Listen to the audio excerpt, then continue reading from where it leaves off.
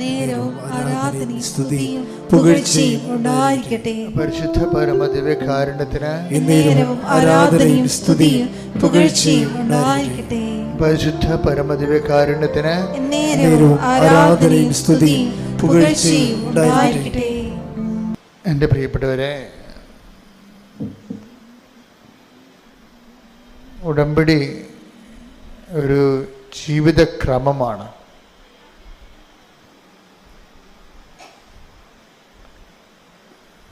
പലപ്പോഴും ഉടമ്പടിയുടെ ഓരോ ദിവസങ്ങളും ഈ സാക്ഷ്യത്തിൻ്റെ അൾത്താരയിൽ നിൽക്കുമ്പോൾ നമ്മളെ വല്ലാത്ത രീതിയിൽ സംഭ്രമിപ്പിക്കും. കാര്യം, നാനാജാതി മതസ്ഥർ ഒരു ഷോർട്ട് ടൈമിൽ വെറും വളരെ ചുരുങ്ങിയ 4 മണിക്കൂറല്ലേ നിങ്ങൾ ഉടമ്പടി കാര്യങ്ങൾ, ദൈവകാര്യം കേൾക്കാൻ വേണ്ടി ചെലവഴിക്കുന്നുള്ളൂ. 30 വർഷം ദൈവകാര്യം കേൾക്കാൻ വേണ്ടി ചെലവഴിച്ചതിനേക്കാൾ എക്സ്പീരിയൻസാണ് ചിലർ 40 വർഷമൊക്കെ ദൈവകാര്യം കേട്ടിട്ട് ഇന്ന് വരെ പച്ച പിടിക്കാത്ത ആൾക്കാരുണ്ട്. ഇത് 4 മണിക്കൂറാണിത് കേൾക്കണത്, ദൈവകാര്യം കേൾക്കണത്. പക്ഷെ അവരതിൻ്റെ റൈറ്റ് ഇൻവെസ്റ്റ്മെൻറ്റ് നടത്തും. നമ്മൾ എന്ത് കേൾക്കുന്നു എന്നുള്ളതല്ല പ്രശ്നം. കേൾക്കുന്ന സമയങ്ങളിൽ തന്നെ നമ്മൾക്ക് അതിൻ്റെ സംശയങ്ങൾ ഓട്ടോമാറ്റിക്കായിട്ട് നിവാരണം ചെയ്യപ്പെടണം. ഈ ദൈവം നമ്മളെ പഠിപ്പിക്കുന്ന ഒരു രീതിയുണ്ട്. ചിലപ്പോൾ ഞാനായിരിക്കും അവിടെ നിന്നുകൊണ്ട് ഈശോയുടെ നാമത്തിൽ സംസാരിക്കണത്.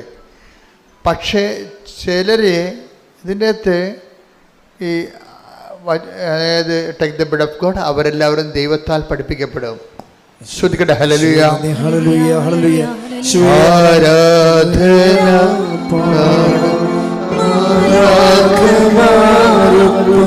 ജീവന്റെ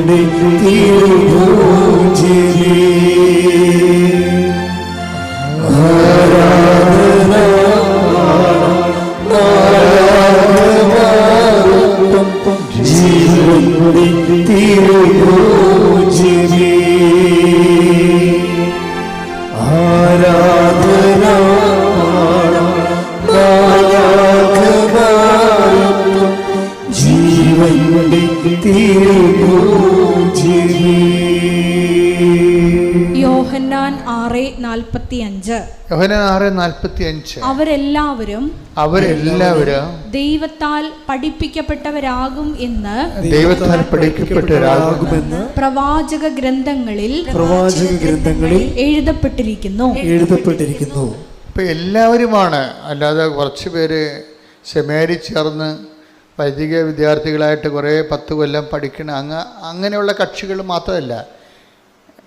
ദൈവത്തിൻ്റെ വാക്കുകൾ വളരെ സുതാര്യവും ലളിതവും ഹ്രസ്വവും ആണ്. എന്താണ്?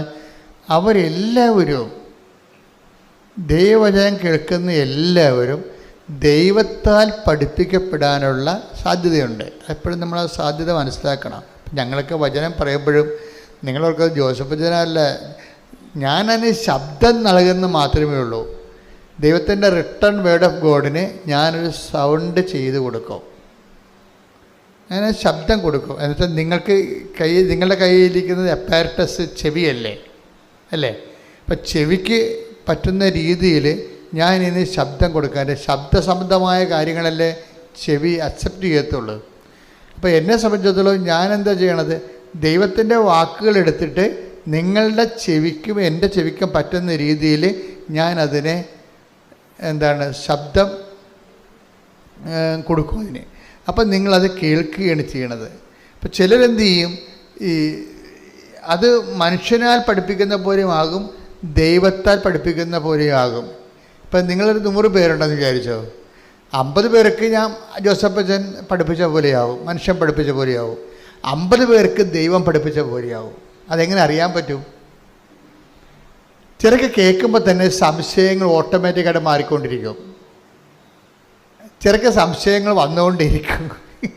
ഇതാണ് സംഭവം. ഈ സംശയങ്ങൾ വന്നുകൊണ്ടിരിക്കുമ്പോൾ അവർക്ക് ക്ലാരിഫിക്കേഷൻ കിട്ടണില്ല എന്നർത്ഥം. ക്ലാരിഫിക്കേഷൻ കിട്ടണില്ല. നമുക്ക് നമ്മൾ ഇരുട്ടത്ത് ഇറങ്ങി നടക്കുകയാണ്, നമുക്ക് വ്യക്തമായിട്ട് കാണാൻ പറ്റണില്ല എന്നുണ്ടെങ്കിൽ നടക്കാൻ പറ്റില്ല നമുക്ക്, അല്ലേ? നമുക്ക് ഇരുട്ടത്ത് നടക്കുകയാണ്, അത് പവർ കട്ടാണെന്ന് വിചാരിച്ചോ, നമുക്ക് വ്യക്തമായിട്ട് കാണാൻ പറ്റണില്ലെങ്കിൽ നമുക്ക് നടക്കാൻ പറ്റത്തില്ല. കാര്യം വചനത്തെ സംബന്ധിച്ചിടത്തോളം വചനത്തെക്കുറിച്ചുള്ള ഒരു വാക്യം എന്ന് പറയുന്നത്, ദൈവത്തിൻ്റെ വചനം തൻ്റെ പാദങ്ങൾക്ക് ദീപവും പാതയിൽ പ്രകാശവുമാണ്. Take the word of God. 119 സങ്കീർത്തനം 105 തിരുവചനം. 119 സങ്കീർത്തനം 105 തിരുവചനം. അങ്ങയുടെ വചനം, അങ്ങയുടെ വചനം എന്റെ പാദത്തിന് വിളക്കും പാതയിൽ പ്രകാശവുമാണ്. അപ്പം ഓരോ വചനത്തിൻ്റെയും അതിൻ്റെ മിഷൻ എന്താണ്, ദൗത്യം, വചനത്തിൻ്റെ ദൗത്യം എന്താണ്? ഓരോ വചനവും അങ്ങയുടെ വചനം എൻ്റെ പാദത്തിന് വിളക്കും, എന്താണ്, പാതയിലെ പ്രകാശവുമാണ്. എന്നുവെച്ചാൽ ഞാൻ നടക്കേണ്ട വഴി നിൻ്റെ മുഖത്ത് നോക്കി ഞാൻ ഉപദേശിക്കുമെന്ന് പറഞ്ഞ വചനത്തിൻ്റെ കൂടെയാണ് ഇത് പോണത്. Take the word of God. ഞാൻ നടക്കേണ്ട വഴി. ശ്രുതിക്കട്ടെ. ഹല്ലേലൂയ, ഹല്ലേലൂയ, ഹല്ലേലൂയ, ഹല്ലേലൂയ. 32 സങ്കീർത്തനം 8 തിരുവചനം. സങ്കീർത്തനം 32:8. ഞാൻ നിന്നെ ഉപദേശിക്കാം, നീ നടക്കേണ്ട വഴി കാണിച്ചു തരാം.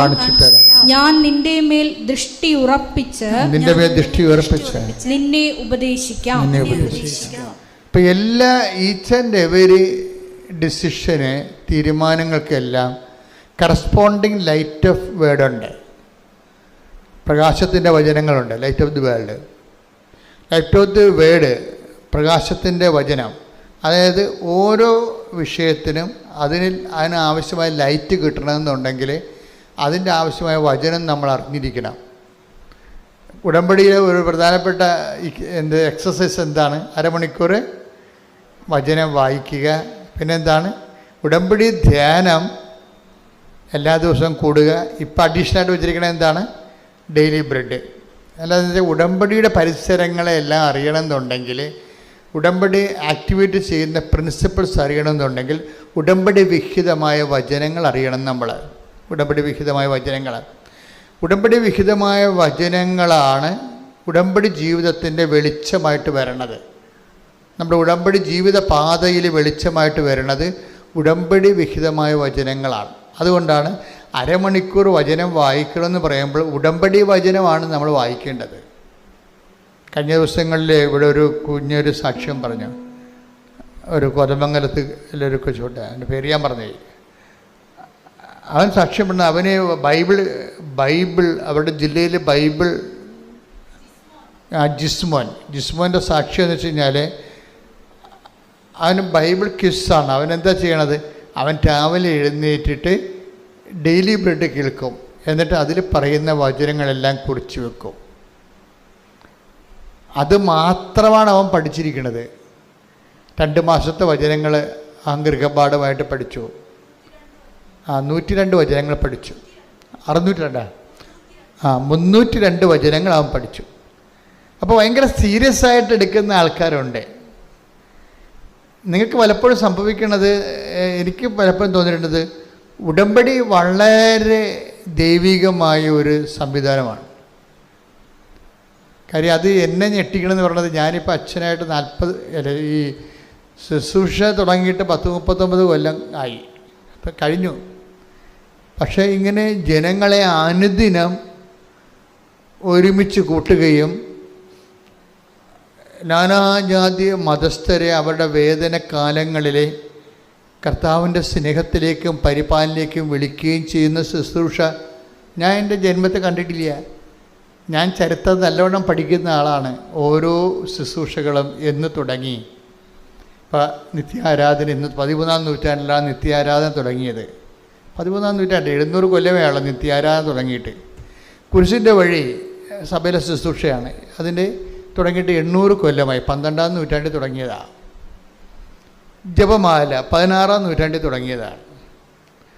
പക്ഷേ ഇതെല്ലാം തുടങ്ങി ഇതെല്ലാം അനുവർത്തിക്കുന്നത് ആരാണ്? Those who are meant. അത് ആരാണ് ഇതോടെ മെൻറ്റ്? കാത്തലിക്സാണ് ശരിക്കും പറഞ്ഞത്. പക്ഷെ ഉടമ്പടി കാലം വന്നപ്പോഴാണ് ക്രിസ്ത്യൻസിന് മൊത്തം CSI, പെന്തക്കോസ്റ്റ്, മാർത്തോമ, ഓർത്തഡോക്സ്, യാക്കോബ, കത്തോലിക്ക, ഇനി നോൺ ക്രിസ്ത്യൻസ് എല്ലാവർക്കും കൂടി ഒരുമിച്ച് കൂടാനും കണ്ണീരിൻ്റെ കാലത്ത് ദൈവത്തിൻ്റെ ആശ്വാസം പ്രാപിക്കാനുള്ള സംവിധാനമായിട്ട് ദൈവം തന്നാണ് ഉടമ്പടി. അതിപ്പോഴേ നമ്മൾ 16 ഇത് ആക്ടിവേറ്റ് ആകണത്. 16 തൊട്ട് ഇങ്ങോട്ട് 8 കൊല്ലത്തെ വളർച്ചയിൽ എന്തൊരു വളർച്ചയാണ് ജനങ്ങൾ, എന്തൊരു ദൈവാനുഭവമാണ് ജനതകൾ പ്രാപിച്ചത്. അന്ധകാരത്തിൽ ജീവിച്ചിരുന്ന ഒരു പ്രകാശം കണ്ടു എന്ന് പറഞ്ഞില്ലേ. Take the word of God. ശ്രുതികട ഹല്ലേലൂയ. മത്തായി 4:16. മത്തായി 4:16. അന്ധകാരത്തിൽ സ്ഥിതി ചെയ്തിരുന്ന ജനങ്ങൾ വലിയ പ്രകാശം കണ്ടു. മരണത്തിന്റെ മേഖലയിലും നിഴലിലും വസിച്ചിരുന്നവർക്കായി ഒരു ദീപ്തി ഉദയം ചെയ്തു. അത് ഈശോനെ കുറിച്ചാണ് അത് പറയണത്. പക്ഷെ അതിൻ്റെ ഫലപ്രാപ്തി ഈശോൻ്റെ കാലത്ത് പോലും അതേസമയം തന്നെ വിജാതിയരും യഹൂദരുമൊക്കെ ഈശോയെ സ്വീകരിക്കുന്നതിന് ഭയങ്കരമായ തടസ്സങ്ങളുണ്ടായിരുന്നു. സഭയിൽ വിവാദങ്ങളായ പഠനങ്ങളൊക്കെ ഉണ്ടായത് അതുകൊണ്ടാണ്.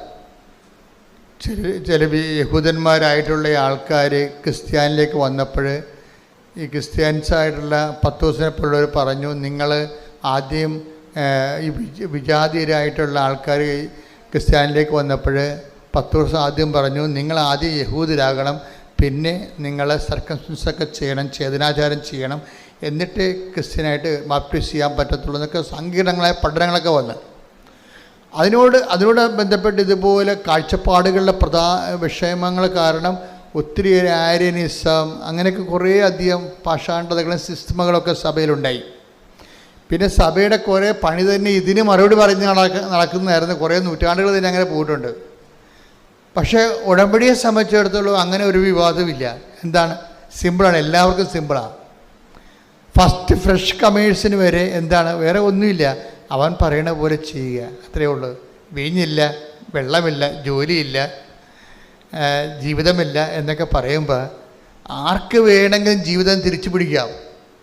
എത്ര സാമ്പത്തികമായ ബാധ്യതകൾ കിടന്നവരും രോഗമൂർച്ഛയിൽ കിടക്കുന്നവർക്കും ആരോഗ്യത്തേക്ക് തിരിച്ചു വരാം. സിമ്പിളായിട്ടൊരു കാര്യം ചെയ്താൽ മതി. എന്താണ്? സുവിശേഷവിഹിതമായി ജീവിതം പുനഃക്രമീകരിക്കണം. നിങ്ങൾ നിങ്ങളുടെ മതത്തിൽ തുടരുകയോ അല്ലെങ്കിൽ നിങ്ങളുടെ സംസ്കാരം തുടരുകയോ അതൊന്നും ഉടമ്പടി അവിടെ വന്ന് ആരെയും ഡിസ്റ്റർബ് ചെയ്യത്തില്ല. നിങ്ങളോട് എന്താ പറയണത്? നിങ്ങൾ ക്രിസ്തുവിൻ്റെ ഈ ഉടമ്പടിയിലാണ് നിങ്ങൾ ആശ്രയിക്കുന്നുണ്ടെങ്കിൽ അതിൻ്റെ അവലംബം എന്ന് പറയുന്നത് ക്രിസ്തുവിൻ്റെ വചനങ്ങളാണ്. അത്രേ ഉള്ളൂ, സിമ്പിളാണ്. ഉടമ്പടിയിലാണ് നിങ്ങൾ ആശ്രയിക്കണമെന്നുണ്ടെങ്കിൽ അതിൻ്റെ അവലംബങ്ങൾ ക്രിസ്തുവിൻ്റെ വചനങ്ങളാണ്. അത് അനുസരിച്ച് ചെയ്യുമ്പോൾ പിന്നെ എല്ലാം ദൈവത്തിൻ്റെ വാഗ്ദാന പ്രകാരമാണ് നടക്കുന്നത്, അല്ലാതെ സഭയുടെ പഠനങ്ങളനുസരിച്ചല്ല. അതായത് വ്യത്യാസം അതാണ്. അതുകൊണ്ടാണ് ഞാൻ നോൺ ക്രിസ്ത്യൻസിനെ ഡിസ്റ്റർബ് ചെയ്യാത്തതിൻ്റെ കാരണം. നിങ്ങൾക്കുണ്ടാകുന്ന ദൈവാനുഭവങ്ങൾ ഇപ്പം ഞങ്ങൾക്ക് കാത്തലിക്സ് സഭയുടെ പഠനങ്ങൾക്കാണ് പ്രധാനം. ദൈവവചനം പോലെ പ്രാധാന്യമാണ് സഭയുടെ പഠനങ്ങൾക്കും. കാര്യം ഞങ്ങൾക്ക് അതിൻ്റെ ആ മേഖലയിൽ ഞങ്ങൾക്ക് കൂടുതൽ ബോധ്യങ്ങൾ തന്നിട്ടുണ്ട് സഭ. നിങ്ങളെ സംബന്ധിച്ചിടത്തോളം നിങ്ങളെ ഫ്രഷ് കമേഴ്സാണ് വരണത്. നിങ്ങളെ സംബന്ധിച്ചിടത്തോളം എന്താ സംഭവം? നിങ്ങളുടെ ആധാരങ്ങൾ എന്താണ്? വചനമാണ് നിങ്ങളുടെ ആധാരം. നിങ്ങളുടെ അവലംബം എന്താണ്? ആ വചനം അവൻ പറയണ പോലെ ചെയ്യുന്നതാണ്. അപ്പം നിങ്ങളുടെ റിസ്ക് തീർന്ന്, നിങ്ങൾക്ക് കടമാണ്, രോഗമാണ്, നിങ്ങളുടെ ജീവിതത്തിൽ സമാധാനമില്ല, നിങ്ങളതിൻ്റെ അകത്ത് ആശ്രയം വെച്ചിരിക്കുന്നത് ഉടമ്പടിയാണ്. ഉടമ്പടി അവലംബങ്ങളെന്ന് പറയുന്നത് കർത്താവിൻ്റെ വചനങ്ങളാണ്. അപ്പോൾ അതുകൊണ്ട് അവൻ പറയണ പോലെ ചെയ്തുകൊണ്ട് ദൈവസ്നേഹത്തോടെ മുന്നേറുന്നവരെ നിങ്ങൾക്കറിയാമല്ലോ. വാഗ്ദാനത്തിൻ്റെ ഏറ്റവും വലിയ വാഗ്ദാനത്തിൽ 100% അടിസ്ഥാനപ്പെടുത്തിയുള്ള ഒരുപക്ഷെ ഏക ആധ്യാത്മിക പരിചരണമാണ് ഈ ഉടമ്പടി. എന്താ കാര്യം? ഉടമ്പടി അവലംബപ്പെടുത്തിക്കുന്നത് അതിൻ്റെ അടിസ്ഥാനം എന്താണ്? ദൈവത്തിൻ്റെ വാഗ്ദാനമാണ്. വാഗ്ദാനം എന്തുമാത്രമുണ്ടെന്നാണ് വിചാരിക്കണത്? അതായത് 8850 വാഗ്ദാനങ്ങളുണ്ട്. ഈ വാഗ്ദാനങ്ങളിലാണ് ഉടമ്പടി വർക്ക് ചെയ്യണത്, അല്ലാതെ മറ്റ് പഠനങ്ങളിലല്ല. അതാണ് എൻ്റെ അക്രൈസ്തവരുടെ ഏറ്റവും വലിയ ഗുണം അതാണ്. എന്നൊക്കറിയാം, അവരെ സംബന്ധിച്ചിടത്തോളം ദൈവം ഉടമ്പടി വർക്ക് ചെയ്യണത് സഭാ പഠനങ്ങളെ അടിസ്ഥാനപ്പെടുത്തിയല്ല. എന്താണ് ഉടമ്പടി വർക്ക് ചെയ്യണത്? അക്രൈസ്തവർക്ക് ഉടമ്പടി വർക്ക് ചെയ്യണത് ദൈവത്തിൻ്റെ വാഗ്ദാനങ്ങളെ അടിസ്ഥാനപ്പെടുത്തിയാണ്. ദൈവം വാഗ്ദാനങ്ങളിൽ വിശ്വസ്തനാണ്. അതുകൊണ്ടാണ് നിങ്ങൾ അവിശ്വസ്തരായിരുന്നാലും അവൻ വിശ്വസ്തനായിരിക്കും. അയ്യോ, ബൈബിളിൽ ടേക്ക് ദ ബെഡപ്പോടെ ശ്രുതികട്ടെ. ഹല്ലേലൂയ, തിമോത്തിയോസ് 2:13. നാം അവിശ്വസ്തരായിരുന്നാലും അവൻ വിശ്വസ്തനായിരിക്കും. എന്തെന്നാൽ തന്നെ തന്നെ നിഷേധിക്കുക അവന് സാധ്യമല്ല. ഒരു ഭയങ്കര ഓപ്പൺ മാർക്കറ്റ് എന്ന് പറഞ്ഞ പോലെയാണ്. അതായത് ഇത് മൊണോപ്പൊളി ഇല്ല ഇതിൻ്റെ അകത്ത്. Open market. മറ്റേത് റിസർവ്ഡ് ഇല്ല, ആർക്കെങ്കിലും വേണ്ടി റിസർവ് ചെയ്തിരിക്കണമല്ല. ഇപ്പം കൃപ റിസർവേഷനിലുള്ളതാണ്. പക്ഷേ ഉടമ്പടിയെ സംബന്ധിച്ചിടത്തോളം നിത്യരക്ഷയ്ക്ക് ആവശ്യമായ കൃപ കൗതാശികമായി റിസർവ്ഡാണ് നിത്യജീവനെ സംബന്ധിച്ചിടത്തോളം. പക്ഷേ അതിൻ്റെ തീരുമാനങ്ങളൊക്കെ അന്ത്യ തീരുമാനങ്ങൾ എടുക്കണത്, അക്രൈസ്തവരെക്കുറിച്ചുള്ള അന്ത്യ തീരുമാനം എടുക്കുന്നത് ആരാണ്? ദൈവമാണ് തീരുമാനം എടുക്കുന്നത്. അതെവിടെ നിന്നാണ് ആ തീരുമാനം വരണത്? നിങ്ങളുടെ ആത്മാർത്ഥതയിലൂടെയാണ് തീരുമാനം കയറുന്നത്. നിങ്ങളുടെ ഓരോ വ്യക്തികളും ക്രിസ്തുവിനോട് ഇപ്പോൾ വിഷയബന്ധിയായിട്ട് നിങ്ങൾക്ക് ഉടമ്പടി എടുക്കാം, വ്യക്തിബന്ധിയായിട്ട് ഉടമ്പടി എടുക്കാം. ഞാൻ ആദ്യം പറഞ്ഞ ഭാഗങ്ങളെല്ലാം വിഷയബന്ധിയായിട്ട് ഉടമ്പടി എടുക്കുന്ന തുടക്കക്കാരെക്കുറിച്ചാണ് പറഞ്ഞിരിക്കുന്നത്. അക്രൈസ്തവരിൽ നിന്ന് വരുന്ന തുടക്കക്കാരില്ലേ, അവർ ചെയ്യണത് വിഷയബന്ധിയായിട്ടാണ് ഉടമ്പടി എടുക്കണം. അവർക്ക് IELTS പാസ്സാകണം, അവരുടെ വസ്തു വിൽക്കണം, കടങ്ങൾ മാറണം, വിഷയബന്ധിയാണ്. ഉടമ്പടിയുടെ ആദ്യ പ്രൈമറി ഭാഗങ്ങളെല്ലാം വിഷയബന്ധിയാണ്. ഉടമ്പടി കുറച്ചുകൂടി മച്ചുറായി കഴിയുമ്പോൾ, ഉടമ്പടി ജീവിതമാണല്ലോ, അത് വ്യക്തിബന്ധിയായിട്ട് മാറും. അത് ഓപ്ഷനിലാണ്. ഞങ്ങളാരും നിങ്ങളോട് വ്യക്തിബന്ധിയാകണമെന്ന് നിർബന്ധിക്കുകയോ നിർബന്ധപൂർവ്വം നിങ്ങളെ മതം മാറ്റുകയോ അങ്ങനെ വിഷയം വരെ ചെയ്തിട്ടുണ്ടോ? എന്നെ ഒരിക്കലും ചെയ്യത്തില്ല. അത് ദൈവം അവനവന് കൊടുക്കുന്ന കൃപയുടെ അടിസ്ഥാനത്തിലായിരിക്കും. അത് അവനവൻ ദൈവത്തോട് കാണിക്കുന്ന ആത്മാർത്ഥയുടെ അടിസ്ഥാനത്തിലായിരിക്കും. ചിലർ വസ്തുവിന് മാത്രം ദൈവത്തിൽ ആശ്രയിക്കും, ചിലർ വ്യക്തിക്ക് വേണ്ടി ദൈവത്തിൽ ആശ്രയിക്കും. അത് അവരുടെ വിഷയങ്ങളാണ്. ശ്രുതികട്ടെ. ഹല്ലേലൂയ, ഹല്ലേലൂയ, ഹല്ലേലൂയ, ഹല്ലേലൂയ, ഹല്ലേലൂയ. ആരാധന. ഹല്ലേലൂയ, ഹല്ലേലൂയ. മരിയനോട് പ്രാർത്ഥിക്കുന്ന നമുക്ക് എല്ലാവർക്കും വ്യക്തിപരമായിട്ട് ആത്മബന്ധം നീയുമായിട്ടുണ്ടാകുവാൻ ഈ ആരാധനയിലൂടെ പ്രത്യേകമായി ഞങ്ങളോട് കരുണ തോന്നണമേ. ഹല്ലേലൂയ, ഹല്ലേലൂയ. മഹത്വം, ആരാധന, ആരാധന. ഹല്ലേലൂയ, ഹല്ലേലൂയ.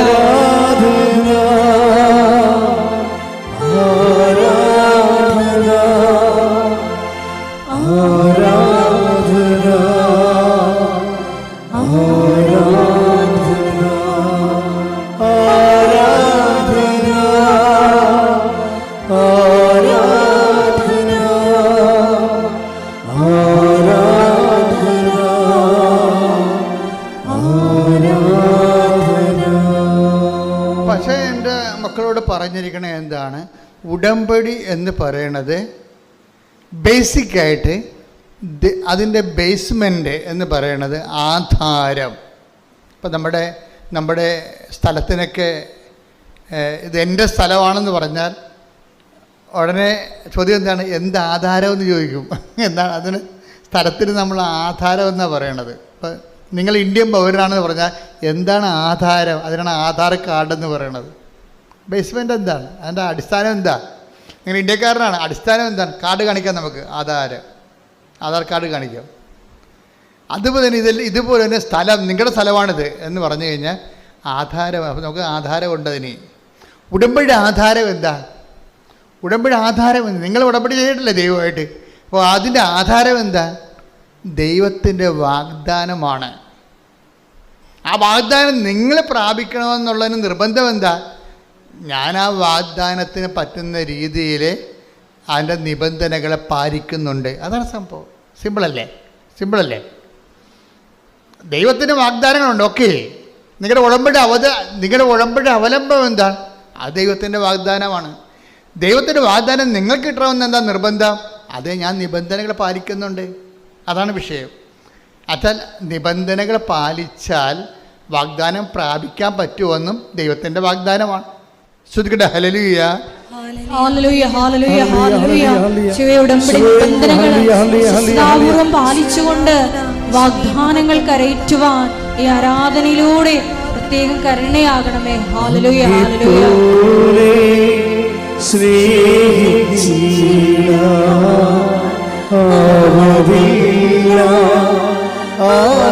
വാഗ്ദാനങ്ങളൊക്കെ പാലിച്ചട്ടെ. ശ്രുതിക്കട്ടെ ഹല്ലേലൂയ.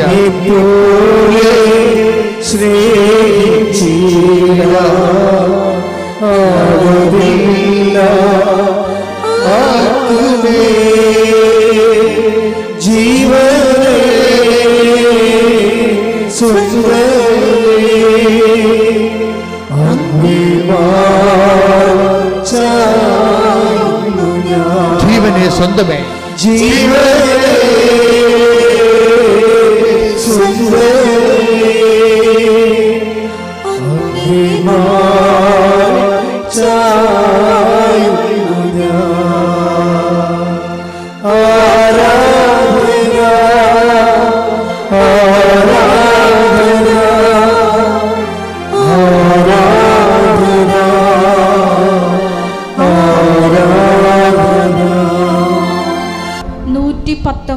സങ്കീർത്തനം 56-57 തിരുവചനങ്ങൾ. 119-56 തിരുവചനങ്ങൾ. അങ്ങയുടെ കൽപ്പനകൾ പറഞ്ഞ അങ്ങയുടെ കൽപ്പനകൾ അനുസരിച്ചു എന്നതാണ് എനിക്ക് ലഭിച്ച അനുഗ്രഹം. കർത്താവാണ് എന്റെ ഓഹരി. അവിടുത്തെ കൽപ്പനകൾ പാലിക്കുമെന്ന് ഞാൻ വാഗ്ദാനം ചെയ്യുന്നു. ഉടമ്പടിയിൽ വരുന്നത് ദൈവത്തിൻ്റെ വാഗ്ദാനം വരുന്നുണ്ട്, ദൈവത്തിൻ്റെ നിബന്ധനകൾ പാലിച്ചുകൊള്ളാമെന്ന് നമ്മുടെ വാഗ്ദാനമുണ്ട്. കർത്താവിൻ്റെ കാലം വരുമ്പോഴേയും ആ ഓൾഡ് ടെസ്റ്റമെൻറ്റിൻ്റെ ഡിമാൻഡ്സ് മാറ്റണില്ല. കർത്താവ് അതിനെ ഉറപ്പിക്കുകയാണ് ചെയ്യണത്. അതിനെന്താ 15:7 വായിച്ചേ? യോഹന്നാൻ 15:7. നിങ്ങൾ എന്നിൽ വസിക്കുകയും എന്റെ വാക്കുകൾ നിങ്ങളിൽ നിലനിൽക്കുകയും ചെയ്യുന്നെങ്കിൽ ഇഷ്ടമുള്ളത് ചോദിച്ചുകൊള്ളുക, നിങ്ങൾക്ക് ലഭിക്കും. അപ്പം അവൻ പറയണത് പോലെ ചെയ്യുന്നത് എന്താണ്? ആ ചെയ്യുന്നത് ഒരു പ്രത്യേക ഇൻസിഡൻറ്റിന് വേണ്ടി നമുക്ക് വേണ്ടി ലൊക്കലൈസ് ചെയ്യാൻ പറ്റും. ഒരു പ്രത്യേക കാര്യം സാധിക്കാൻ വേണ്ടി നമ്മൾ ദൈവത്തിൻ്റെ വചനങ്ങൾ പാലിച്ചു പോകുന്ന ഒരു മിനിമം പരിപാടിയുമായിട്ട് പോകാൻ പറ്റും. പക്ഷെ അതിൻ്റെ അടുത്ത സ്റ്റെപ്പുണ്ട്. എന്താണ് അടുത്ത സ്റ്റെപ്പ്? എന്താണ് ഈ 15:7 പറയണത്? നിങ്ങൾ എന്നിൽ വസിക്കുകയും പറഞ്ഞ നിങ്ങളിൽ എന്നെ വസിക്കുകയും എന്റെ വാക്കുകൾ നിങ്ങളിൽ നിലനിൽക്കുകയും ചെയ്യുന്നെങ്കിൽ ഇഷ്ടമുള്ളത് ചോദിച്ചുകൊള്ളുക, നിങ്ങൾക്ക് ലഭിക്കും. ഇതിൻ്റെ ഏറ്റവും ശ്രദ്ധേയമായ വാക്ക് എൻ്റെ വചനം നിങ്ങളിൽ നിലനിൽക്കുകയും ചെയ്യുന്നുവെങ്കിൽ എന്നുള്ളതാണ്. നമുക്കിഷ്ടമുള്ളത് എന്ത് ചോദിക്കാം? 6 കാര്യമല്ല 60 കാര്യം ചോദിക്കാം ദൈവത്തോട്. ഒറ്റ കണ്ടീഷൻ മാത്രമേ ഉള്ളൂ. എന്താ കാര്യം? വചനത്തിൽ നിങ്ങളെ നിലനിൽക്കണം. അപ്പോൾ ഈ ആഴ്ച നിലനിന്ന് അടുത്ത ആഴ്ച നിങ്ങളുടെ രീതിയിൽ പോയി കഴിഞ്ഞാൽ ഉടമ്പടി ബ്രേക്ക് ആവും. അതെപ്പോഴും നമ്മൾ ശ്രദ്ധിച്ച് മനസ്സിലാക്കണം. ഈ ആഴ്ച നമ്മൾ നിലനിൽക്കും, അടുത്ത ആഴ്ച അത് എപ്പോഴും ഉടമ്പടിയുടെ പഠനങ്ങളുടെ ഏറ്റവും പ്രധാന കണ്ടിന്യൂറ്റി, അത് പ്രധാനപ്പെട്ട വിഷയമാണ്. അതായത് ഉടമ്പടിയിൽ ഇപ്പം നിങ്ങൾ ഓർക്കും, ഞാൻ ഈ വെള്ളമൊക്കെ അടിക്കുന്ന ആളാണ്, അപ്പം ഇപ്പോൾ കൊച്ചിന് എൻ്റെ മകന് കാനഡയിൽ പോയി അവൻ്റെ വിസ PR കിട്ടാൻ വേണ്ടി ഞാനിനി കുറച്ച് നാളത്തേക്ക് വെള്ളമടിക്ക് നിർത്താം എന്ന് പറഞ്ഞാൽ അങ്ങനെയുള്ള ഒരു അഡ്ജസ്റ്റ്മെൻറ്റിന് ഉടമ്പടി വഴങ്ങത്തില്ല. നിങ്ങൾ ദൈവത്തെ ഇങ്ങനെ ഇതുപോലെ ഇച്ഛ വരപ്പിക്കും ദൈവത്തിന് അറിയാവുന്ന കാരണം അതുകൂടി കവർ ചെയ്താൽ പറയണത്. നിങ്ങൾക്ക് ഇഷ്ടമുള്ള ചോദിക്കാം, പക്ഷേ എന്താ പ്രശ്നം? വചനത്തിൽ നിങ്ങളെ കണ്ടിന്യൂറ്റി നിലനിൽക്കണം. പ്രാർത്ഥിക്കുക, കർത്താവായ ദൈവമേ, അങ്ങയുടെ വചനത്തിൽ നിലനിൽക്കാൻ ആവശ്യമായ ദൈവസ്നേഹത്താൽ എന്നെ നിറക്കണമേ. എന്നെ നിറയ്ക്കണമേ. ഇവിടെയാണ് ഞങ്ങൾ നിങ്ങൾക്ക് പരിചരണങ്ങൾ നൽകണത്. എന്താണ്? ഓരോ തരത്തിലുള്ള ഗൃഹപാഠങ്ങൾ നൽകും ഇല്ലേ? പത്രം കൊടുക്കാൻ പറയും, രോഗികളെ പോയി കാണാൻ പറയും. അതെന്തിനാണ് ഗൃഹപാഠങ്ങൾ നൽകണത്? അതെന്നെ എല്ലാം ഉദ്ദേശം അത് ചെയ്യുമ്പോൾ നിങ്ങൾക്ക് പറ്റുന്ന അബദ്ധം, നിങ്ങൾ ആ ഒരു വിഷയത്തിന് വേണ്ടി വിഷയബന്ധിയായിട്ട് ചെയ്യും. അതൊന്ന് ഈ നമ്മൾ പ്രേക്ഷിത പ്രവർത്തനങ്ങൾ വിഷയബന്ധിയാകുമ്പോൾ ഉണ്ടാകുന്ന ഡ്രൈനെസ് ഭയങ്കരമാണ്. പ്രേക്ഷിത പ്രവർത്തനങ്ങൾ എപ്പോഴും വിഷയബന്ധി അല്ല. കാരണം നിങ്ങളുടെ IELTS-നോ നിങ്ങളുടെ മകളെ കെട്ടിക്കാനോ കെട്ടിച്ച മകൾക്ക് കുഞ്ഞുങ്ങളുണ്ടാകാനോ ഉള്ള വിഷയമായിട്ട് ബന്ധിയല്ല പ്രേക്ഷിത പ്രവർത്തനം. പ്രേക്ഷിത പ്രവർത്തനം വിഷയബന്ധിയല്ല. പലർക്കും പറയുന്ന അബദ്ധം അവിടെയാണ്. അവർ വിഷയബന്ധിയായിട്ടാണ് എന്താണ് ഞാനിങ്ങനെ പത്രം കൊണ്ട് കൊടുത്ത് പ്രേക്ഷിത പ്രവർത്തനങ്ങൾ ചെയ്യുന്നു. എനിക്ക് അതെന്താ ഉദ്ദേശിക്കണം? അവർക്ക് PR കിട്ടണം, അല്ലെങ്കിൽ അവരുടെ വസ്തു വിറ്റ് കിട്ടണം, അല്ലെങ്കിൽ അവർക്ക് വീട് വെക്കണം. അതിനു വേണ്ടി അവർ ചെയ്യണം. അപ്പോൾ പ്രേക്ഷിത പ്രവർത്തനം വിഷയബന്ധിയായി പോകും. അപ്പോഴേ ഡ്രൈ വരും. എന്താ ചെയ്യേണ്ടത്? പ്രേക്ഷിത പ്രവർത്തനം എന്ത് ചെയ്യണം? വ്യക്തിബന്ധിയായിരിക്കണം. അതെപ്പോഴും നമ്മൾ ശ്രദ്ധിക്കണം. പ്രേക്ഷിത പ്രവർത്തനം ഉടമ്പടി തെറ്റുവരാൻ സാധ്യതയുള്ള അതിനാണ്. പ്രേക്ഷിത പ്രവർത്തനങ്ങൾ വ്യക്തിബന്ധിയായിരിക്കണം. എന്താ കാര്യം? കർത്താവിൻ്റെ കൽപ്പനയാണ് ഇതെല്ലാം എങ്കിലും ആ കൽപ്പന പാലിക്കണത് ഒരു വിഷയത്തെ അടിസ്ഥാനപ്പെടുത്തിയല്ല, വ്യക്തിയെ അടിസ്ഥാനപ്പെടുത്തിയാണ്. അതാണ് ഈശോ പറഞ്ഞത്, എന്നെ സ്നേഹിക്കുന്നവനാണ് എൻ്റെ കൽപ്പന. അതാണ് വിഷയം. ഇതെവിടെ ഇപ്പോൾ? യോഹന്നാൻ 14:23. യോഹന്നാൻ 14:23. എന്നെ സ്നേഹിക്കുന്നവൻ എൻ്റെ വചനം പാലിക്കും. അപ്പോൾ എൻ്റെ പിതാവ് അവനെ സ്നേഹിക്കുകയും ഞങ്ങൾ അവന്റെ അടുത്ത് വന്ന് അവനിൽ വാസമുറപ്പിക്കുകയും ചെയ്യും.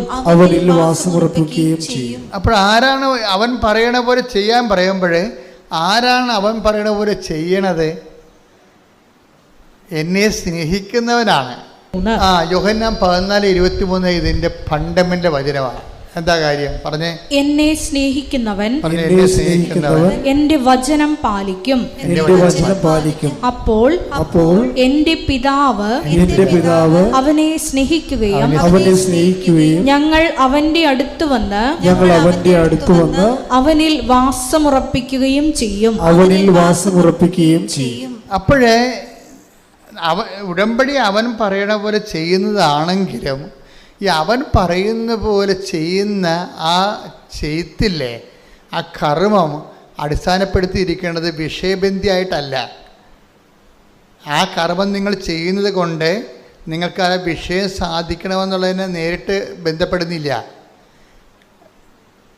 അവൻ പറയുന്ന പോലെ ചെയ്യുന്നതിൻ്റെ ബേസ്മെൻറ്റ് എന്താണ്? എന്നെ സ്നേഹിക്കുന്നവനെന്നാണ് കിടക്കുന്നത്. അവൻ പറയുന്ന പോലെ ചെയ്യണത് ആരാണ്? ദൈവത്തെ സ്നേഹിക്കുന്നവനാണ്. അപ്പോൾ ആദ്യം വേണ്ടത് എന്താണ്? ദൈവസ്നേഹമാണ് വേണ്ടത്. അതാണ് വിഷയം. അതെപ്പോഴും ഓർത്തേക്കണം കേട്ടോ. പ്രേക്ഷിത പ്രവർത്തനം ചെയ്യുമ്പോൾ ആദ്യം ഓർക്കണം. പ്രേക്ഷിത പ്രവർത്തനം ചെയ്യുമ്പോൾ നിങ്ങൾ ഉടനെ വന്ന് കമ്പ്യൂട്ടർ ഓൺ ചെയ്ത് ഓഫർ ലെറ്റർ വന്നാന്നല്ല നോക്കേണ്ടത്. നിങ്ങൾ ആദ്യം നോക്കേണ്ടത് ഞാൻ ഈ ചെയ്യണത് ഔട്ട് ഓഫ് ലവ് ആണോ, ദൈവസ്നേഹത്തോടെയാണോ? എന്താ കാര്യം വെച്ച് കഴിഞ്ഞാൽ ഈ ദൈവസ്നേഹത്തോട് ചെയ്ത് കഴിഞ്ഞാലുള്ള ഗുണമെന്ന് വെച്ച് കഴിഞ്ഞാൽ അവിടെ ക്യാഷ് ആൻഡ് കൈൻഡ് ആയിട്ടുള്ള അനുഗ്രഹം വരണത് വൈ ദ വെരി പ്രസൻസ് ആയിട്ടാണ് വരണത്. ഇപ്പം നിങ്ങൾക്ക് മഴവില്ല് കാണണം, നിങ്ങൾക്ക് മുല്ലപ്പൂവിൻ്റെ സുഗന്ധം കേൾക്കണം എന്നൊക്കെ ആർക്കാണ് കൊതിയില്ലാത്തത്? അതെല്ലാം പക്ഷെ അതെല്ലാം പ്രസൻസിൻ്റെ ഇഫക്റ്റാണ്. ജോൺ പോൾ മാർപ്പാപ്പ സ്വപ്നത്തിൽ പ്രത്യക്ഷപ്പെട്ടു, ജോസഫ് അച്ഛൻ പ്രത്യക്ഷപ്പെട്ടു എന്നൊക്കെ പറഞ്ഞ ആൾക്കാർ പറയുന്നില്ലേ? അതെല്ലാം ദൈവത്തിൻ്റെ പരിപാലനയുടെ രീതിയിലുള്ള ഓരോ പ്രസൻസാണ്. പക്ഷേ ഈ പ്രസൻസിലേക്ക് വരണത് എങ്ങനെയാണ്? അതായത് ആ 14:26 തന്നെ അതിൻ്റെ വചനം.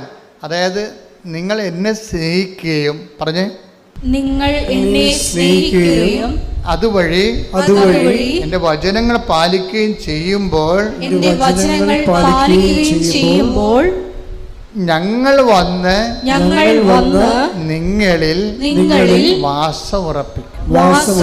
അതാണ് പ്രസൻസ് എന്ന് പറയുന്നത്. ഉടമ്പടിയിൽ പ്രസൻസ്.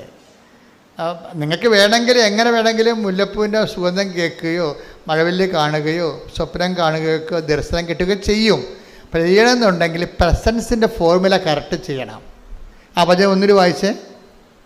എന്നെ സ്നേഹിക്കുന്നവൻ എന്നെ സ്നേഹിക്കുന്നവൻ എന്റെ വചനം പാലിക്കും. എന്റെ വചനം പാലിക്കും. അപ്പോൾ എന്റെ പിതാവ് അവനെ സ്നേഹിക്കുകയും ഞങ്ങൾ അവന്റെ അടുത്ത് വന്ന് അവനിൽ വാസമുറപ്പിക്കുകയും ചെയ്യും. അതാണ് സാന്നിധ്യം എന്ന് പറയണത്. ഇപ്പം അവനെ സ്നേഹിക്കുമ്പോൾ ഉണ്ടാകുന്ന പ്രശ്നം എന്ന് പറയണത്, നമുക്ക് ഒരിക്കലും ദൈവത്തെയും മാമോനെയും ഒരുമിച്ച് സ്നേഹിക്കാൻ പറ്റത്തില്ല. അവിടെയാണ് ഒരു വഴിപിരിയൽ വരണത്. അവിടെ വെച്ച് വഴിപിരിയും. നമുക്ക് ക്രിസ്തുവിനെ സ്നേഹിക്കാമെന്ന് പറഞ്ഞിട്ട് പിശാചെ കയ്യെ പിടിച്ച് നടക്കാൻ പറ്റത്തില്ല. പിടിയിട്ടില്ലേ? അവിടെയാണ് നമ്മൾ ശ്രദ്ധിക്കേണ്ടത്. ടേക്ക് ദ ബെഡ് അപ്പോൾ ദൈവത്തെയും മാമോനെയും ശ്രദ്ധിക്കട്ടെ. മത്തായി 6:24. മത്തായി 6:24. 2 യജമാനന്മാരെ സേവിക്കാൻ കിടക്കണ ചട്ടിങ്കലോ പ്രശ്നം. 2 യജമാനന്മാരെ സേവിക്കാൻ ആർക്കും സാധിക്കുകയില്ല. ഒന്നുകിൽ ഒരുവനെ ദ്വേഷിക്കുകയും അപരനെ സ്നേഹിക്കുകയും ചെയ്യും. അല്ലെങ്കിൽ ഒരുവനെ ബഹുമാനിക്കുകയും അപരനെ നിന്ദിക്കുകയും ചെയ്യും. ദൈവത്തെയും മാമോനെയും സേവിക്കാൻ നിങ്ങൾക്ക് സാധിക്കുകയില്ല. ഇത് സോപ്പിട്ട് അഡ്ജസ്റ്റ്മെന്റ് നിങ്ങളെ മയക്കി നിങ്ങളെ കാര്യങ്ങൾ പറയണമെന്നില്ല. കറക്റ്റ് ഡയറക്റ്റാണ്. ഇതിൻ്റെ അകത്ത് ഒരു അഡ്ജസ്റ്റ്മെൻറ്റും ഇല്ല. കർത്താവ് പച്ചക്ക് കാര്യം പറഞ്ഞേക്കുകയാണ്. ദൈവത്തെയും മാമോനെയും ഒരുമിച്ച് സേവിക്കുക. 2 അധികാര സാധ്യതയില്ല. നിങ്ങളെ ശക്തിയുടെ സങ്കല്പങ്ങളിൽ ക്രിസ്തു അല്ലാതെ വേറൊരു ശക്തി സങ്കല്പം വന്നാൽ ഉടമ്പടി വർക്കൗട്ട് ചെയ്യത്തില്ല. അതിനകത്ത് വേറെ ചാൻസ് ഇല്ല. ഇതിനെക്കുറിച്ചൊക്കെ നമുക്ക് വ്യക്തമായ ബോധം ഉണ്ടാകണം. ഈ വിഷയത്തിലെല്ലാം കൃത്യമായ ബോധമാണ്. എന്താ കാര്യം? അതായത് സുവിശേഷ വിഹിതമായിട്ടാണ് ജീവിതം പുനഃക്രമീകരിക്കുമ്പോൾ സ്വാഭാവികമായിട്ടും ഇത് ക്രിസ്തു അവലംബിയാണ്, നോ ഡൗട്ട്. ക്രിസ്തു അവലംബി ആയതുകൊണ്ട് തന്നെ നിന്റെ പാപത്തിന് പരിഹാരമായി മരിച്ച വേറെ ഒരാൾ ക്ലെയിം ചെയ്യുന്നില്ല ഈ ലോകത്ത്. അതാണ് എൻ്റെ വിഷയം. ഞാൻ നിനക്ക് പകരക്കാരനായിട്ടാണ് മരിച്ചത്. നിന്റെ പാപത്തിൽ ഇപ്പം ഞാൻ പോകുന്നില്ലെങ്കിൽ, നിങ്ങളുടെ പാപത്തിൽ ഞാൻ പോകുന്നു, നിങ്ങളുടെ പാപത്തിൽ നിങ്ങൾ മരിക്കും. യോഹന്നാൻ 8:21. യേശു വീണ്ടും അവരോട് പറഞ്ഞു, ഞാൻ പോകുന്നു, നിങ്ങൾ എന്നെ അന്വേഷിക്കും, എന്നാൽ നിങ്ങളുടെ പാപത്തിൽ നിങ്ങൾ മരിക്കും. യേശുവിനെ റിജക്റ്റ് ചെയ്താൽ നമ്മുടെ മുമ്പിലുള്ള ഓപ്ഷൻ മരണമാണ്. അത് കൃത്യമായിട്ട് ബൈബിൾ പറയുന്നുണ്ട്, കൃത്യമായിട്ട് ഉടമ്പടി പറയുന്നുണ്ട്. എന്താ കാര്യം? ക്രിസ്തുവിനെ നമ്മൾ സ്വീകരിക്കുന്നത് നിത്യജീവന് വേണ്ടിയാണ്. അതാണ് വിഷയം. ക്രിസ്തു എന്ന് പറയുമ്പോൾ നിങ്ങൾ ഉറങ്ങാൻ ഭൗതികമായ ആനുകൂല്യങ്ങളും ധരിക്കരുത്. അതൊക്കെ ഇതിൻ്റെ ആദ്യത്തെ ABCD പരിപാടികളൊക്കെയാണ്. അതിൻ്റെ ഉദ്ദേശം എന്താണ്? നിൻ്റെ പാപത്തിന് നീ മരിക്കേണ്ടതിന് പകരമായിട്ട് മരിച്ചത് ഞാനാണെന്ന് വേറെ ആരും ക്ലെയിം ചെയ്തിട്ടില്ല. ക്രിസ്തുവിൻ്റെ കാലം വരെ ക്ലെയിം ചെയ്തിട്ടില്ല, ക്രിസ്തുവിന് ശേഷവും ക്ലെയിം ചെയ്തിട്ടില്ല. അപ്പോൾ നിൻ്റെ പാപത്തിന് നീ നിത്യമായി മരിക്കേണ്ട സാധ്യതയ്ക്ക് അതിന് തടഞ്ഞു നിർത്തിക്കൊണ്ട് കൊളംബസ് അമേരിക്ക കണ്ടുപിടിക്കുമ്പോൾ ഒത്തിരി പേര് അമേരിക്ക കണ്ടുപിടിക്കാൻ അറ്റ്ലാന്റിക് സമുദ്രത്തിലൂടെ പോയിട്ടുണ്ട്. അപ്പോൾ സമുദ്രത്തിലേക്ക് വളർന്നു നിൽക്കുന്ന വലിയ മലയിൽ അവിടെ നോ മോർ ബിയോണ്ട് എന്ന് എഴുതി വെക്കും. അപ്പോൾ കപ്പലുകാരെല്ലാം തിരിച്ചു പോകും. കാര്യം ഒരു മലയിൽ അപ്പുറത്തേക്ക് നമ്മൾ കടലിലൂടെ പോയി കഴിഞ്ഞാൽ അപകടങ്ങളാണ്. കടൽ പിശാചുക്കൾ കൊന്നുകളെയും പിടിച്ച്. അതുകൊണ്ടാണ് നോ മോർ ബിയോണ്ട്, ഇനി പോകരുതെന്ന് എഴുതും. അപ്പോൾ കൊളംബസ് ആണ് ആ മലയും നോ മോർ ബിയോണ്ട്, ഇനി മുന്നോട്ട് പോകരുത് എഴുതിയിട്ടും പുള്ളിയുടെ പാക്കപ്പൽ പുള്ളി ഓടിച്ചുപോയി അമേരിക്ക കണ്ടുപിടിച്ച്. ഇന്ത്യയാണെന്നാണ് വിചാരിച്ചത്, പക്ഷേ അമേരിക്ക കണ്ടുപിടിച്ച് തിരിച്ചു വന്നിട്ട് ആ നോ വെട്ടിക്കളഞ്ഞ്. എന്താ കളഞ്ഞത്? എന്നിട്ട് അപ്പോൾ എന്താ? ബിയോണ്ട്, മോർ ബിയോണ്ട്, ഇനിയും പോകാമെന്ന്. ഇതാണ് ക്രിസ്തു ചെയ്തത്. ക്രിസ്തുവിൻ്റെ കാലം വരെ മനുഷ്യൻ മരണത്തോട് തീരുകയാണ്. ക്രിസ്തുവിൻ്റെ കാലം മരണത്തിൽ ജയിച്ച് ഉത്ഥാനം ചെയ്ത് കഴിഞ്ഞപ്പോൾ ആ നോ മോർ ബിയോണ്ടിനെ നോ പോയി, മോർ ബിയോണ്ടായി. ജീവൻ്റെ ഈ ഭൂമിയുടെ ജീവിതത്തിന് ശേഷവും ജീവിതമുണ്ട്. അതാണ് അവൻ ജീവനെ പുനരുദ്ധരിച്ചു എന്ന് പറയണത്. ആ ജീവനെ പുനരുദ്ധരിച്ചു. അപ്പം നമ്മൾ ക്രിസ്തുവിൽ വിശ്വസിക്കുക നമുക്ക് കിട്ടുന്ന ഏറ്റവും വലിയ വാഗ്ദാനം എന്താണ്? നിത്യജീവനാണ്. അതിൻ്റെയൊക്കെ ഒരു അടിസ്ഥാനമായ ആദ്യ രുചികളാണ് നമ്മൾ അനുഭവിക്കുന്ന ആദ്യ രുചികളില്ലേ. ഞാൻ ഈ ഉടമ്പടിയിലെ നിങ്ങളുടെ എല്ലാ ഭൗതിക സാക്ഷ്യങ്ങളെയും വിളിക്കാൻ ഇഷ്ടപ്പെടുന്നത് ഫസ്റ്റ് ടേസ്റ്റ് എന്ന് പറയും. ഫസ്റ്റ് ലവ് എന്നൊക്കെ പറഞ്ഞ പോലെ ഫസ്റ്റ് ടേസ്റ്റ്. എന്താണ് ഫസ്റ്റ് ടേസ്റ്റ് എന്ന് പറഞ്ഞാൽ?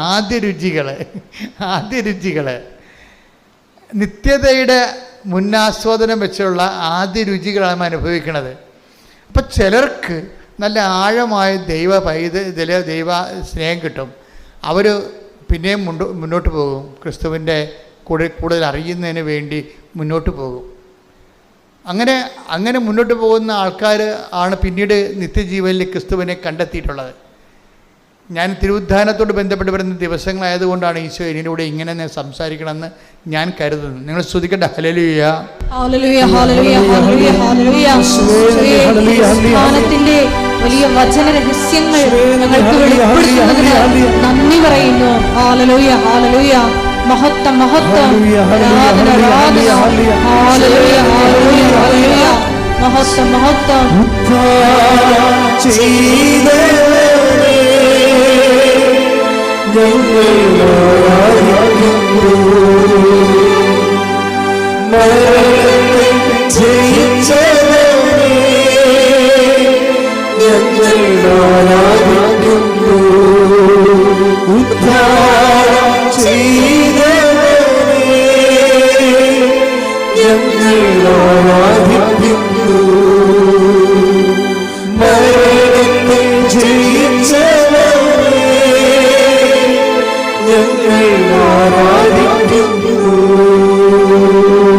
പരിശുദ്ധ പരമദിവ്യകാരുണ്യത്തിന് ആരാധനയും സ്തുതിയും പുകഴ്ചയും ഉണ്ടായിരിക്കട്ടെ. പരിശുദ്ധ പരമദിവ്യകാരുണ്യത്തിന് ആരാധനയും സ്തുതിയും പുകഴ്ചയും ഉണ്ടായിരിക്കട്ടെ. അപ്പം എൻ്റെ മക്കൾ എപ്പോഴും ശ്രദ്ധിക്കേണ്ട കാര്യം, നിങ്ങൾ ഈ ഉടമ്പടിയിൽ വെക്കുമ്പോൾ നിങ്ങൾ ഈ ദൈവ സാന്നിധ്യത്തിന് വേണ്ടി വേണം. നിങ്ങൾക്കറിയാവില്ലേ എപ്പോഴും ചെയ്യേണ്ടത്? ഇപ്പോൾ എങ്ങനെയെങ്കിലും ഒന്ന് ജയിച്ചാൽ മതി എന്നും പറഞ്ഞാണ് ചില ആൾക്കാർ പരീക്ഷ എഴുതുന്നത്. പക്ഷെ ചിലർ പരീക്ഷ എഴുതുന്നത് അങ്ങനെയല്ല. അവർക്കെന്താണ്?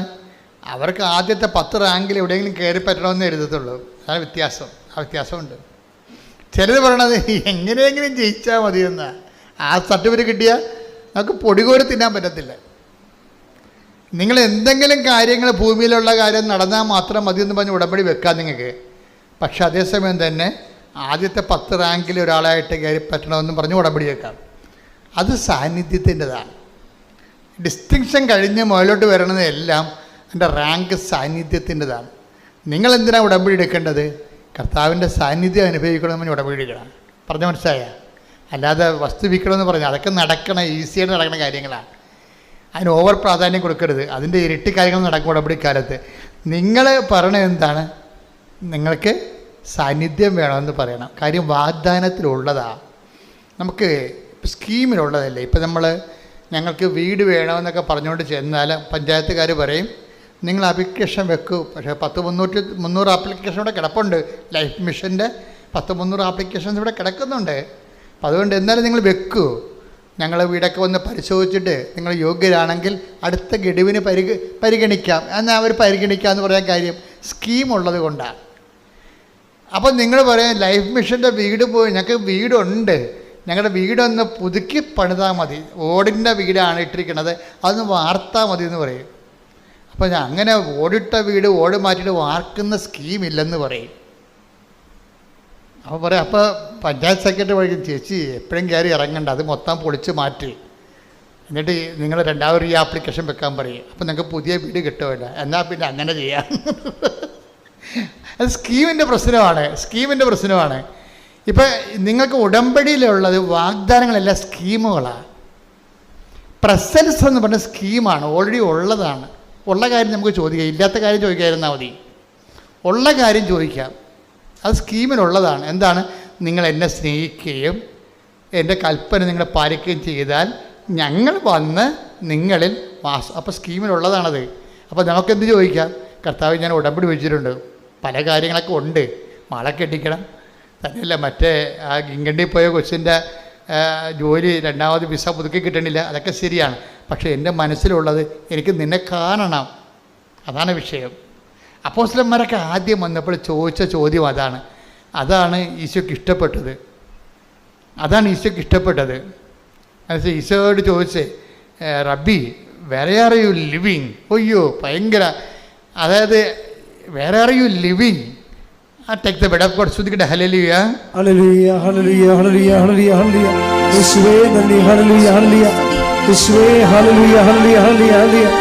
യേശുവേ ആരാധന ആരാധന ആരാധന. യേശു തിരിഞ്ഞ് അവർ തന്റെ പിന്നാലെ വരുന്നത് കൊണ്ട് ചോദിച്ചു, നിങ്ങൾ എന്തന്വേഷിക്കുന്നു? അവർ ചോദിച്ചു, റബ്ബി, ഗുരു എന്നാണ് ഇതിനർത്ഥം.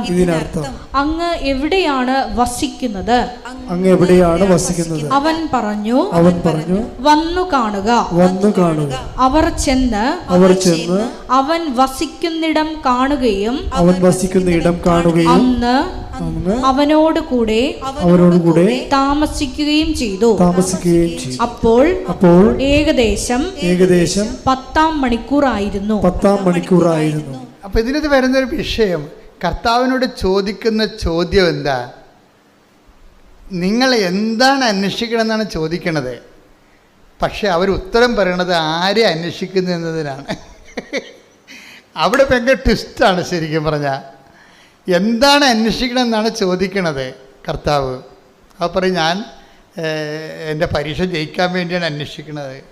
എന്നുവെച്ചാൽ നിൻ്റെ കയ്യിൽ നിന്നുള്ള ആനുകൂല്യങ്ങളാണ് അന്വേഷിക്കുന്നത്.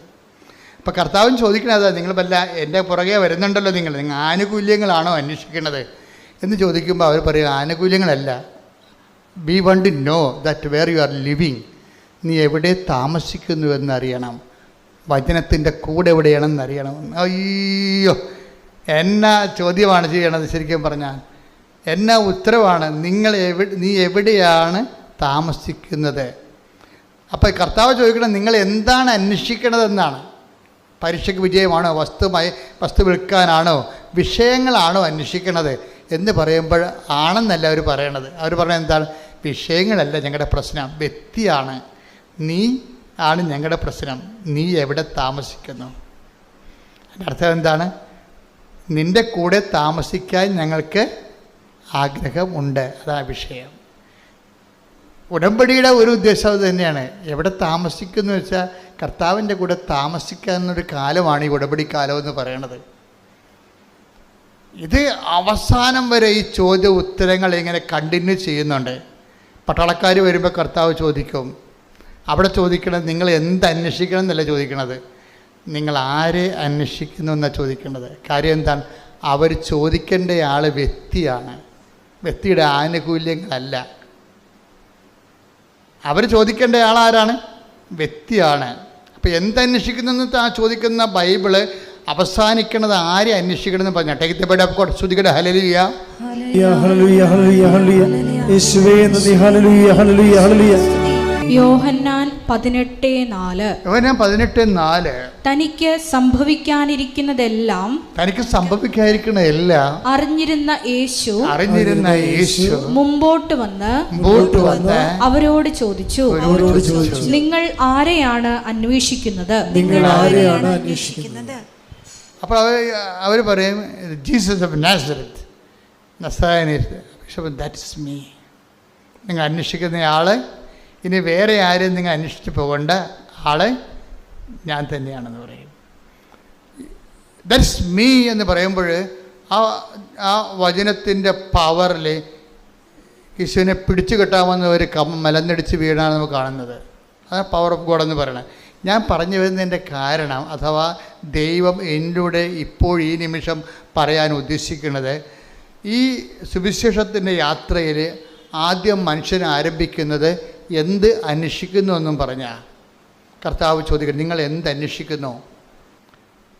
പിന്നീട് ഈശോ അത് അവസാനിപ്പിക്കുന്നത്, നിങ്ങൾ കാശം കൈതല്ല അന്വേഷിക്കേണ്ടത്, നിങ്ങൾ വിഷയമല്ല അന്വേഷിക്കേണ്ടത്, എന്നെ തന്നെയാണ് പിതാവ് അയച്ച എന്നെ തന്നെയാണ് അന്വേഷിക്കേണ്ടത്. അതാണ് ആരെ അന്വേഷിക്കുന്നു.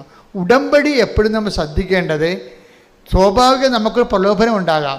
എന്തന്വേഷിക്കാൻ?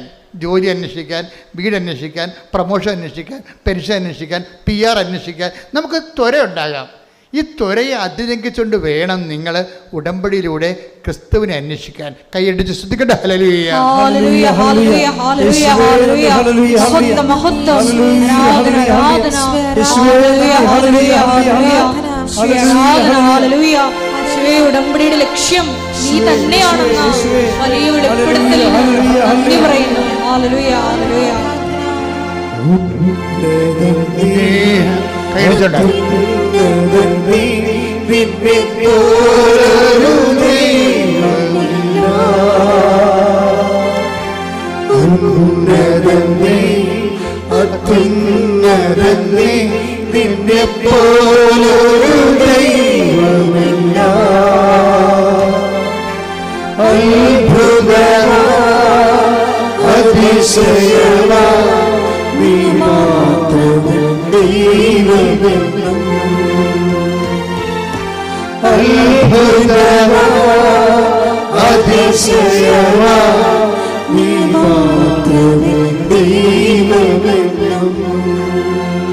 ഉടമ്പടിയിലൂടെ ഈശോ ചോദിക്കുന്ന ആദ്യത്തെ ചോദ്യം നിങ്ങൾ എന്തന്വേഷിക്കുന്നു എന്നുള്ളതാണ്. ഉടമ്പടിയുടെ ഈശോ ചോദിക്കുന്ന രണ്ടാമത്തെ ചോദ്യം നിങ്ങൾ ആരെ അന്വേഷിക്കുന്നതാണ്. അപ്പോൾ ബുദ്ധിയുള്ള മനുഷ്യ, ദൈവവേദലെ നീ മനസ്സിലാക്കണം, കാശം കൈൻഡായിട്ടുള്ളൊരു കാലം കഴിയുമ്പോൾ പിന്നീട് നീ അതിലൂടെ കർത്താവിനെ അന്വേഷിക്കാൻ വേണ്ടി ദൈവം ആഗ്രഹിക്കുന്നു. ശ്രദ്ധിക്കട്ടെ.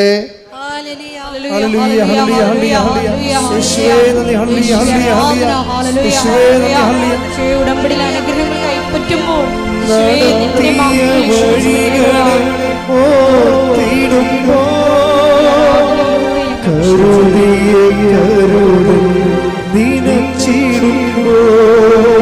നടത്തിയ വഴികളെ കരുതിയ കരുതൽ നിനച്ചിടുമ്പോ. പരിശുദ്ധ പരമദിവ്യകാരുണ്യത്തിന് ആരാധനയും സ്തുതിയും പുകഴ്ചയും ഉണ്ടായിരിക്കട്ടെ. ഇപ്പൊ ഈശോ പരിശുദ്ധാത്മാവ് നമ്മളെ നയിച്ചുകൊണ്ടിരിക്കുന്നത് എന്താണ്? ഏറ്റവും ഉടമ്പടിയുടെ ഏറ്റവും അടിസ്ഥാനം എന്താണ്? ദൈവത്തിൻ്റെ വാഗ്ദാനങ്ങളാണ് ഉടമ്പടിയുടെ അടിസ്ഥാനം. ഈ വാഗ്ദാനങ്ങളിൽ വെച്ച് ഏറ്റവും ഗ്രേഡഡ് ആയിട്ടുള്ള വാഗ്ദാനം എന്താണ്? ആദ്യത്തെ 10 റാങ്കിലുള്ള ഇതിൻ്റെ വാഗ്ദാനം എന്താണ്? ടോപ്പ് റാങ്കിലുള്ള വാഗ്ദാനം എന്താണ്? അത് പ്രസൻസാണ്. എന്താണ്?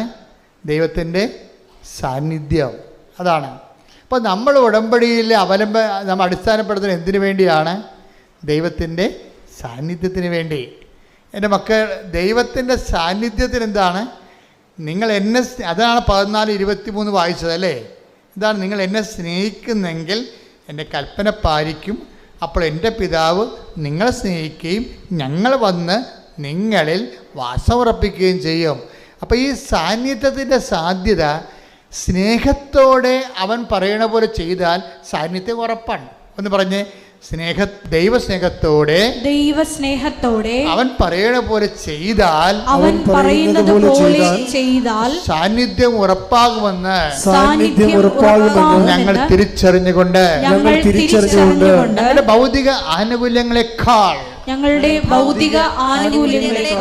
അങ്ങയുടെ ആത്യന്തിക വാഗ്ദാനമായ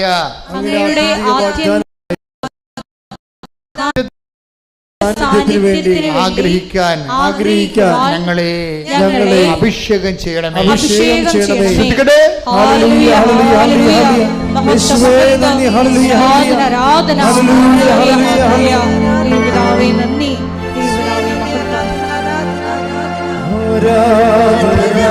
കൈവീശിക്കൊണ്ട്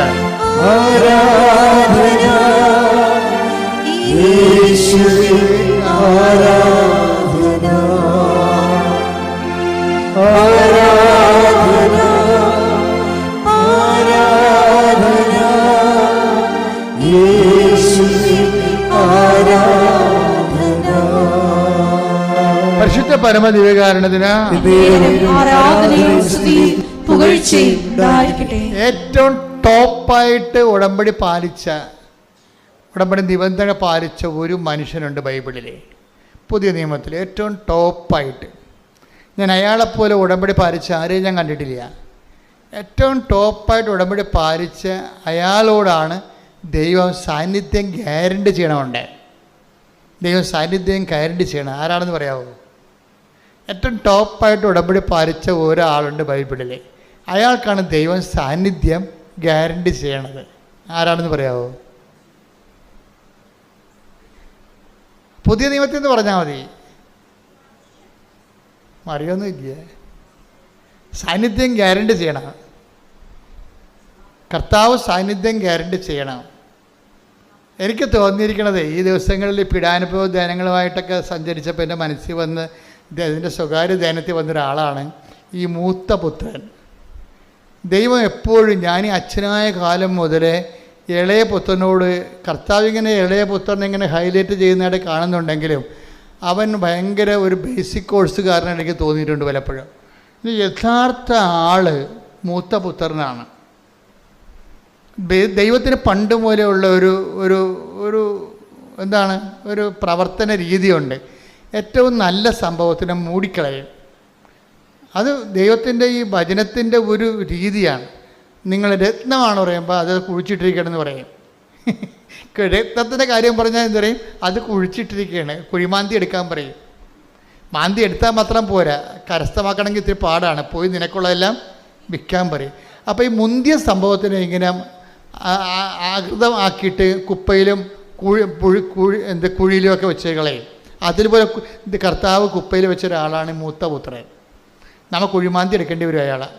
ഇന്ന് വരെ അയാളെ പ്രസംഗിച്ചിട്ടുള്ളവരെല്ലാവരും ഈ അലവലാദീനാണ് അങ്ങോട്ട് കയറ്റി വെക്കണം. അവൻ്റെ മാനസാന്തരം വേണ്ട ആനക്കാര്യമായിട്ട് കുട്ടിഘോഷിച്ചിട്ട് എന്നാ പറ്റി എന്ന് വെച്ച് കഴിഞ്ഞാൽ ചിലർക്കെങ്കിലും ചില അയ്യോഭാവികൾക്കെങ്കിലും വീണ്ടും പാപം ചെയ്യാനുള്ള ലൈസൻസും കിട്ടി. എന്താ കരഞ്ഞ കൂവി കരുണ തോന്നണം എന്നൊക്കെ പറഞ്ഞ് തൊണ്ട പൊട്ടി അലറിക്കാവി കൂവിയ കർത്താവ് ഉടനെ കരുണ കാണിക്കുമല്ലോ.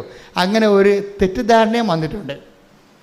അതായത് എന്താ പ്രശ്നം വെച്ച് കഴിഞ്ഞാൽ ദൈവം ഇങ്ങനെ വാത്സല്യത്തോടുകൂടി എന്ത് വഴിപഴച്ച ജീവിതം ജീവിച്ചാൽ അവസാനം ഇങ്ങനെ കണ്ണീരിട്ടൊന്ന് മോങ്ങിയാൽ തിരിച്ചെടുക്കാൻ പറ്റുമോ എന്നുള്ളൊരു ചെറു ധാരണ ചിലർക്കെങ്കിലും, എല്ലാവർക്കും അല്ല, ചില അയ്യോപാപികൾക്ക് എങ്ങനെ വന്നിട്ട് ഇതെല്ലാം പാപം ചെയ്യാനുള്ള ലൈസൻസ് ആക്കി മാറ്റിയിട്ടുണ്ട്. അതുകൊണ്ട് കൃപയിൽ ഈ ജനം വളർന്നിട്ടുമില്ല. അതാണ് ഏറ്റവും വലിയ പ്രശ്നം. അതൊരു വെല്ലുവിളിയാണ്. പക്ഷേ മൂത്ത പുത്രനെ കണ്ടെന്ന് നോക്കിയേ, മൂത്ത പുത്രൻ ഈ ഉടമ്പടി പാലിച്ചൊരാളാണ്. അവനത് പറയണ്ട്. അവൻ ക്ഷോഭിക്കുന്ന ഒരു ക്ഷോഭം ആണ് ഈശോ കറക്റ്റ് ചെയ്യണത്. നീ ക്ഷോഭിക്കേണ്ട കാര്യമില്ല. എനിക്കുള്ളത് ഈശോ എപ്പോഴും പറയുന്നൊരു കാര്യമാണ്. എനിക്കുള്ളത് എൻ്റെ ഇഷ്ടം പോലെ വിതരണം ചെയ്യാൻ പാടില്ല. അത് എപ്പോഴും നമ്മൾ ഈശോ ഇടയ്ക്കിടയ്ക്ക് പറയുന്നൊരു പ്രമേയമാണ്. ടേക്ക് ദ ബ്രെഡ് ഫോർ എനിക്കുള്ളത്. ശ്രുതികളുടെ ഹല്ലേലൂയ ഹല്ലേലൂയ ഹല്ലേലൂയ ഹല്ലേലൂയ ഹല്ലേലൂയ. യേശുവേ നന്ദി. ഹല്ലേലൂയ ഹല്ലേലൂയ ഹല്ലേലൂയ ഹല്ലേലൂയ ഹല്ലേലൂയ ഹല്ലേലൂയ. യേശുവേ ആരാധന ആരാധന ആരാധന ആരാധന. യേശുവേ നന്ദി. മഹത്വം മഹത്വം മഹത്വം മഹത്വം. ഹല്ലേലൂയ ഹല്ലേലൂയ ഹല്ലേലൂയ. മത്തായി 20:15 എന്റെ വസ്തുവകകൾ കൊണ്ട് എനിക്കിഷ്ടമുള്ളത് ചെയ്യാൻ പാടില്ലെന്നോ ഞാൻ നല്ലവനായതുകൊണ്ട് നീ എന്തിന് അസൂയപ്പെടുന്നു? അതാണ് മൂത്തപുത്രൻ്റെ പ്രശ്നം. ആകപ്പാടെ മൂത്തപുത്രന് ഒരു പ്രശ്നം ഉണ്ടെങ്കിൽ കർത്താവ് കറക്റ്റ് ചെയ്യാൻ ഉദ്ദേശിക്കുന്നത് അതാണ്. അത് കർത്താവ് മൂത്തപുത്രന് മാത്രമല്ല, അതൊരു ദൈവവചനത്തിൻ്റെ മൗലിക നിലപാടാണ്. 11-ാം മണിക്കൂറിൽ വന്ന ആൾക്കാർക്കും എന്താണ് 1-ാം മണിക്കൂറിൽ വന്ന ആൾക്കാരുടെ അത്രയും തന്നെ കൊടുത്തു. എനിക്കുള്ളത് എനിക്കിഷ്ടമുള്ള പോലെ വിതരണം ചെയ്യാൻ പാടില്ല. ഞാൻ നല്ലവനായത് കൊണ്ട് നീ എന്തിന് അസൂയപ്പെടുന്നു? അതാണ് പ്രശ്നം. അപ്പം ഈ ഇളയ മകൻ വരുമ്പോൾ മൂത്ത മകന് പറയണ കാര്യങ്ങൾ അത് തന്നെയാണ്. എന്താ കാര്യം എന്താണ്? അവനെന്താ മൂത്തപുത്രൻ എന്തൊക്കെയാണ് പറഞ്ഞത്? വായിച്ചേ. ലൂക്ക 15:29. ലൂക്ക 15:29. എന്നാൽ അവൻ പിതാവിനോട് പറഞ്ഞു മൂത്ത മകൻ നോക്കൂ നോക്കൂ, എത്ര വർഷമായി എത്ര വർഷമായി ഞാൻ നിനക്ക് ദാസ്യവേല ചെയ്യുന്നു. ദാസ്യവേല ചെയ്യുന്നു. ഒരിക്കലും ഒരിക്കലും നിന്റെ കൽപ്പന ഞാൻ ലംഘിച്ചിട്ടില്ല. അതാണ് ഉടമ്പടി. ഉടമ്പടി തന്നെ കണ്ടില്ലേ? എങ്കിലും ഉടമ്പടി ഒരിക്കലും ഒരിക്കലും തെറ്റിക്കാത്ത ഒരാളാണ് ഈ മൂത്ത മകൻ. കണ്ടില്ലേ? അയാളെ പറയണ്ട, ആ വചനമാണ് ഉടമ്പടിയുടെ വചനം. എന്താ പറഞ്ഞു? ഒന്ന് വായിച്ചേ. ഒരിക്കലും. അപ്പൊ ഇതിന് എത്ര നമ്പറാണ്? 15:29. ലൂക്കാ 15:21. എന്താണ്? ഒരിക്കലും ഒരിക്കലും നിന്റെ കൽപ്പന, നിന്റെ ഉടമ്പടി ഞാൻ ലംഘിച്ചിട്ടില്ല.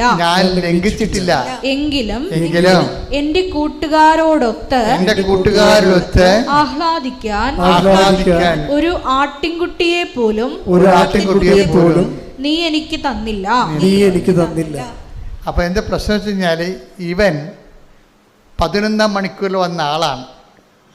തമ്മിലാണ് ഇന്റർ കണക്ട് ചെയ്യണത്. ഞാൻ കണക്ട് ചെയ്യണതല്ല, ഇവിടെ ആളിരിപ്പുണ്ട്. കർത്താവ് പരിശുദ്ധാത്മാരുടെ വചനം ഇന്റർ കണക്ട് ചെയ്യണതാണ് ഈ കാണുന്നത്. അല്ല, ഞാൻ പഠിച്ചതല്ല ഈ സംഭവം. ഇതെന്താ? 11ാം മണിക്കൂറിലാണ് ഇവൻ വന്നിരിക്കുന്നത്. ആരാണ്? ഈ ധൂർത്തപുത്രൻ.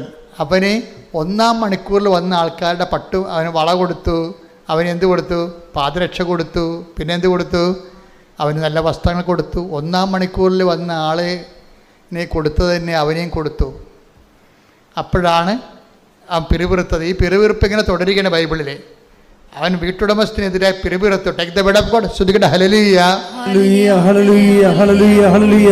മത്തായി 20-ാം അധ്യായം 9 മുതൽ 11 വരെയുള്ള തിരുവചനം. മത്തായി 20:9-11. 11ാം മണിക്കൂറിൽ വന്നവർക്ക്, 11ാം മണിക്കൂറിൽ വന്നവർക്ക് ഓരോ ദനാറ ലഭിച്ചു.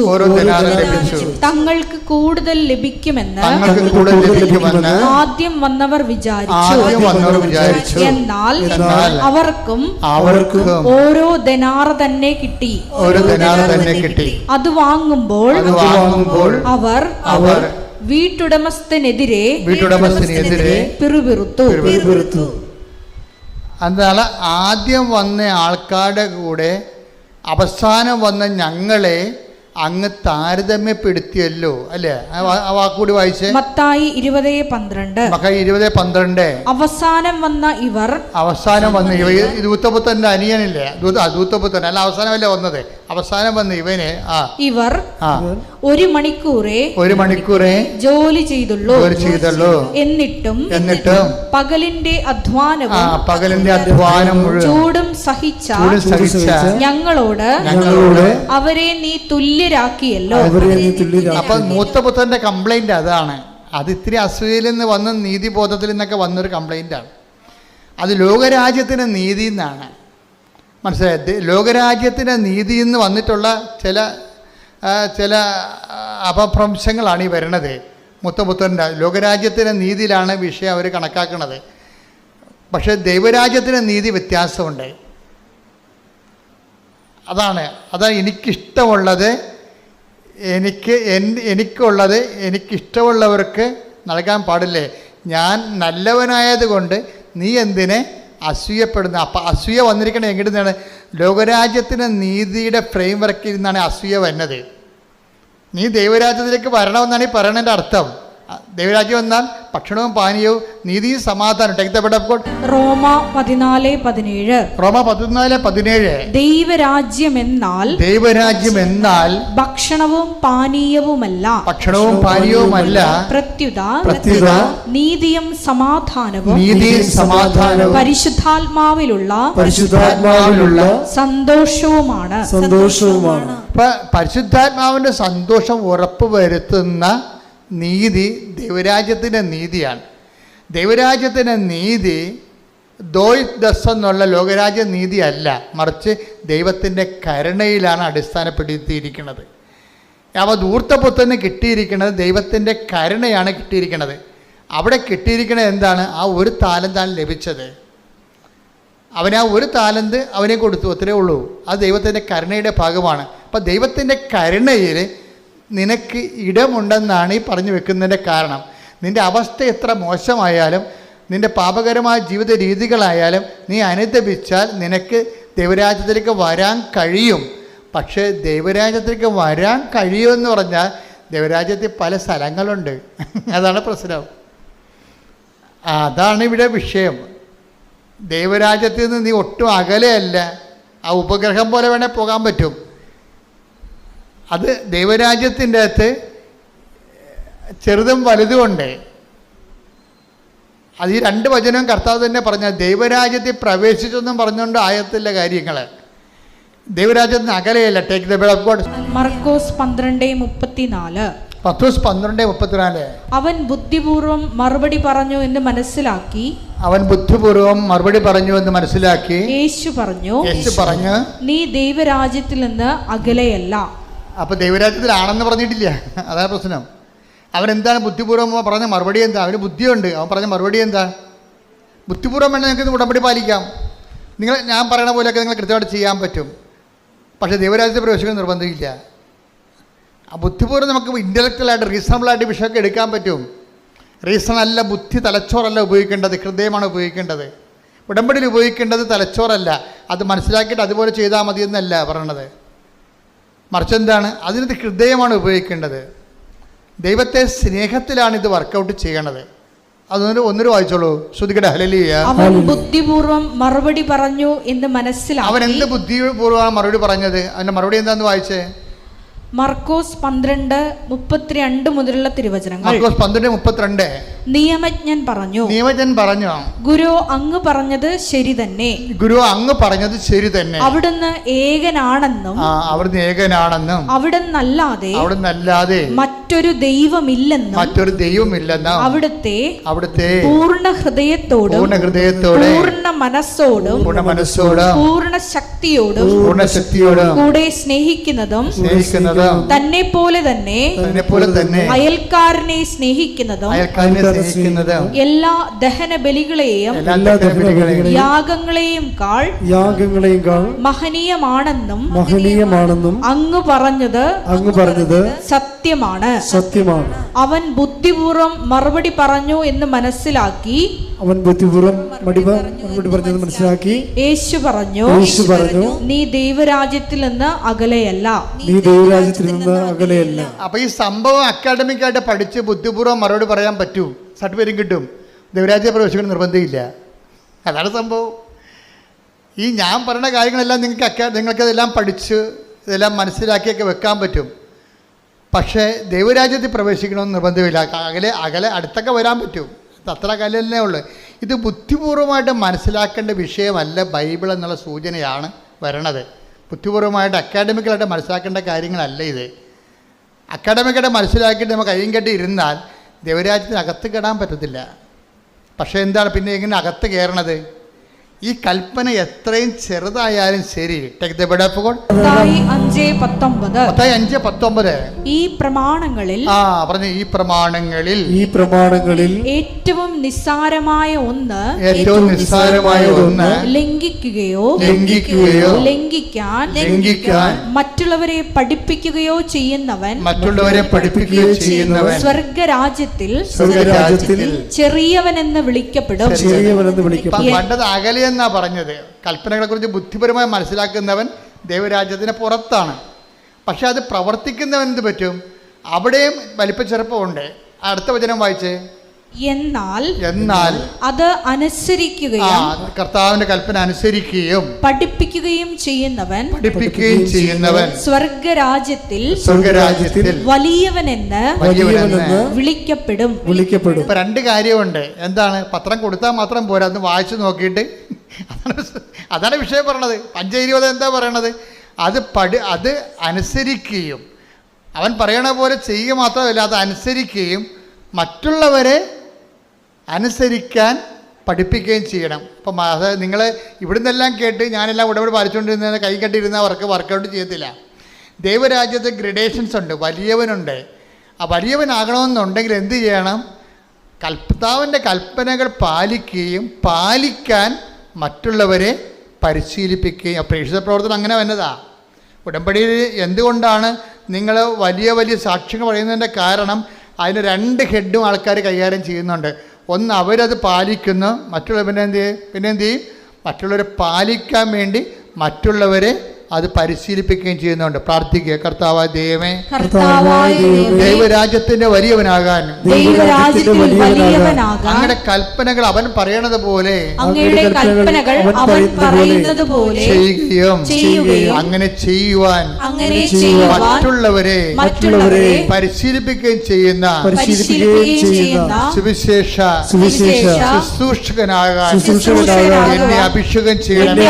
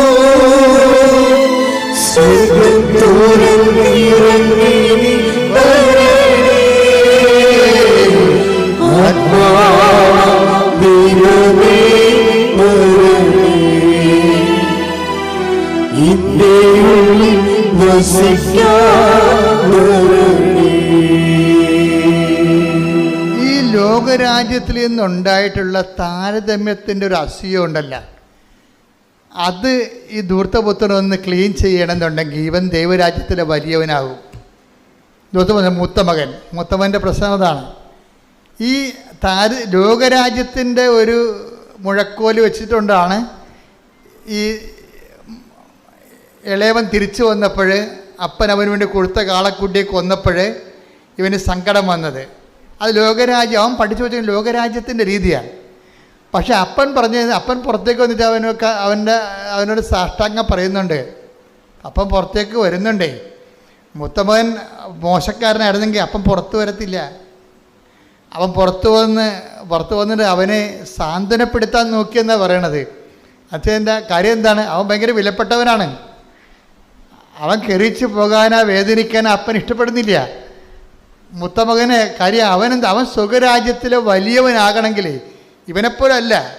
അവൻ ഈ തിരിച്ചു വന്നവൻ കാറിക്കൂവി കർണ തോന്നണെന്നൊക്കെ പറഞ്ഞ് തൊണ്ട പൊട്ടിച്ച് വന്നിട്ടുള്ള ഈ കക്ഷിയില്ലേ, അയാൾ സ്വർഗരാജ്യത്തിൽ ചെറിയ ആളാണ്, മറ്റവൻ വലിയവനാണ്.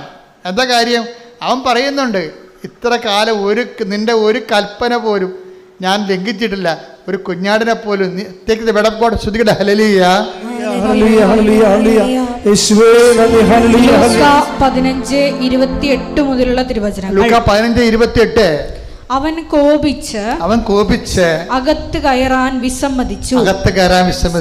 പിതാവ് പുറത്തു വന്ന് പിതാവ് പുറത്തു വന്ന് അവനോട് സാന്ത്വനങ്ങൾ പറഞ്ഞു. അയ്യോ, എന്ത് രസമാ! അവനോട് സാന്ത്വനങ്ങൾ പറഞ്ഞു. എന്നാൽ പട്ടാങ്ങി പറയണേ, സ്വകരാജ്യത്തെ വലിയവനാണ് അവൻ.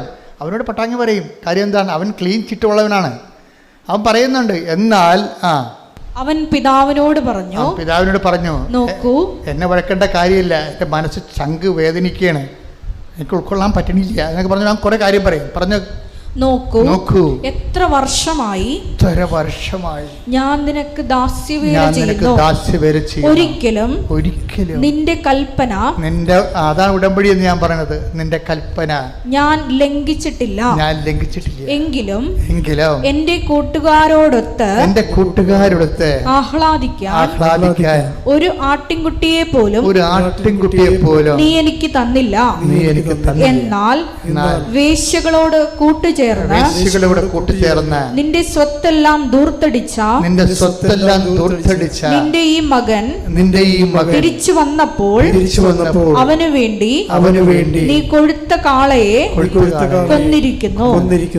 നിങ്ങളും പറയും, ഞാൻ ഉടമ്പടി എല്ലാം ചെയ്തില്ലേ, എത്ര തിരികൾ ഞാൻ കത്തിച്ചു അല്ലേ, എന്നിട്ട് ഉടമ്പടിയൊന്നുമില്ല ജീവിക്കുന്ന ആൾക്കാരെ നീ അനുഗ്രഹിച്ചില്ലേ, ഞാനെന്നും വിഷപ്പിൽ ജീവിക്കണില്ല എന്ന് പറയുമ്പോൾ അപ്പന് പറയാൻ വാക്കുണ്ട്. പിന്നെ അപ്പൻ എപ്പോഴൊക്കെയാണ് വിളിക്കണമെന്ന്, അപ്പം മറ്റവനെ വിളിക്കാഞ്ഞൊരു വാക്ക് ഇവനെ വിളിക്കും. എന്താണ് വായിച്ചേ? അപ്പോൾ പിതാവ് പറഞ്ഞു, അപ്പോൾ പിതാവ് പറഞ്ഞു, മകനെ, മകനെ, നീ എപ്പോഴും എന്നോട് കൂടെ ഉണ്ടല്ലോ. That is the presence. He is feeling the presence. അതായത് ഇവൻ്റെ അപ്പൻ തൻ്റെ പ്രസൻസ്, ഇത് ദൈവം വാഗ്ദാനത്തിൽ ഉള്ളതാണ്, ഞാൻ നിങ്ങളുടെ കൂടെ ഉണ്ടാകുമെന്ന്. മനസ്സിലായില്ലേ? വാഗ്ദാനത്തിലുള്ളതല്ലേ? ഇപ്പോൾ ജോഷുവ 1:9 പുറപ്പാട് 33:14 ഉണ്ട്, I will come with you wherever you go. അത് വാഗ്ദാനത്തിലുള്ളതാണ്, നിൻ്റെ കൂടെ ഞാനുണ്ടാകുമെന്ന്. പക്ഷെ വാഗ്ദാനമില്ലാത്ത, ഗ്യാരണ്ടി ഇല്ലാത്തൊരു കാര്യം എന്താണ്? നീ എൻ്റെ കൂടെ ഉണ്ടോ എന്നുള്ളതാണ് പ്രശ്നം. അതങ്ങനെ ആർക്കും ഗ്യാരണ്ടി ചെയ്തിട്ടില്ല. ആദ്യം ജോമോളൊക്കെ അവിടെ ഇരുന്ന് പറഞ്ഞ പോലെ മാതാവിനും ഗ്യാരണ്ടി ചെയ്ത്, അത് മാലാഖ് ഗ്യാരണ്ടി ചെയ്ത ഗ്യാരണ്ടിയാണ്. ഈശോൻ്റെ വായിൽ നിന്ന് നേരിട്ട് പറയണ എന്താണ്? എൻ്റെ മകനെ, നീ എപ്പോഴും, ഞാൻ നിൻ്റെ കൂടെ ഉണ്ടെന്നല്ല പറയണത്, എൻ്റെ മകനെ നീ ഉടമ്പടി പാലിച്ച് എൻ്റെ കൂടെ ഒരു പരാതിയുമില്ല ഇത്രയും നാൾ ജീവിച്ചപ്പോൾ എന്താണ് സംഭവിച്ചതെന്നറിയാവോ? എല്ലാം കൊടുക്കുന്ന എൻ്റെ കൂടെയാണ് നീ ഉണ്ടായിരുന്നതെന്ന്. അല്ല, ഞാൻ നിൻ്റെ കൂടെ ഉണ്ടായതിനേക്കാൾ വലുതാണ്. ഇതാണ് പ്രസൻസ്. നമ്മൾ ഉടമ്പടി നമ്മളെ ദൈവത്തിൻ്റെ കൂടെയാക്കും. കൈയടിച്ച് ശ്രദ്ധിക്കട്ടെ. ഹല്ലേലൂയ.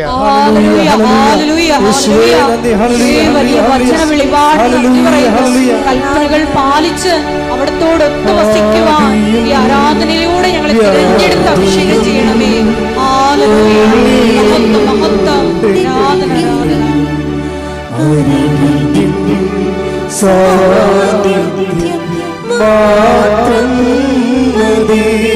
പാടുക.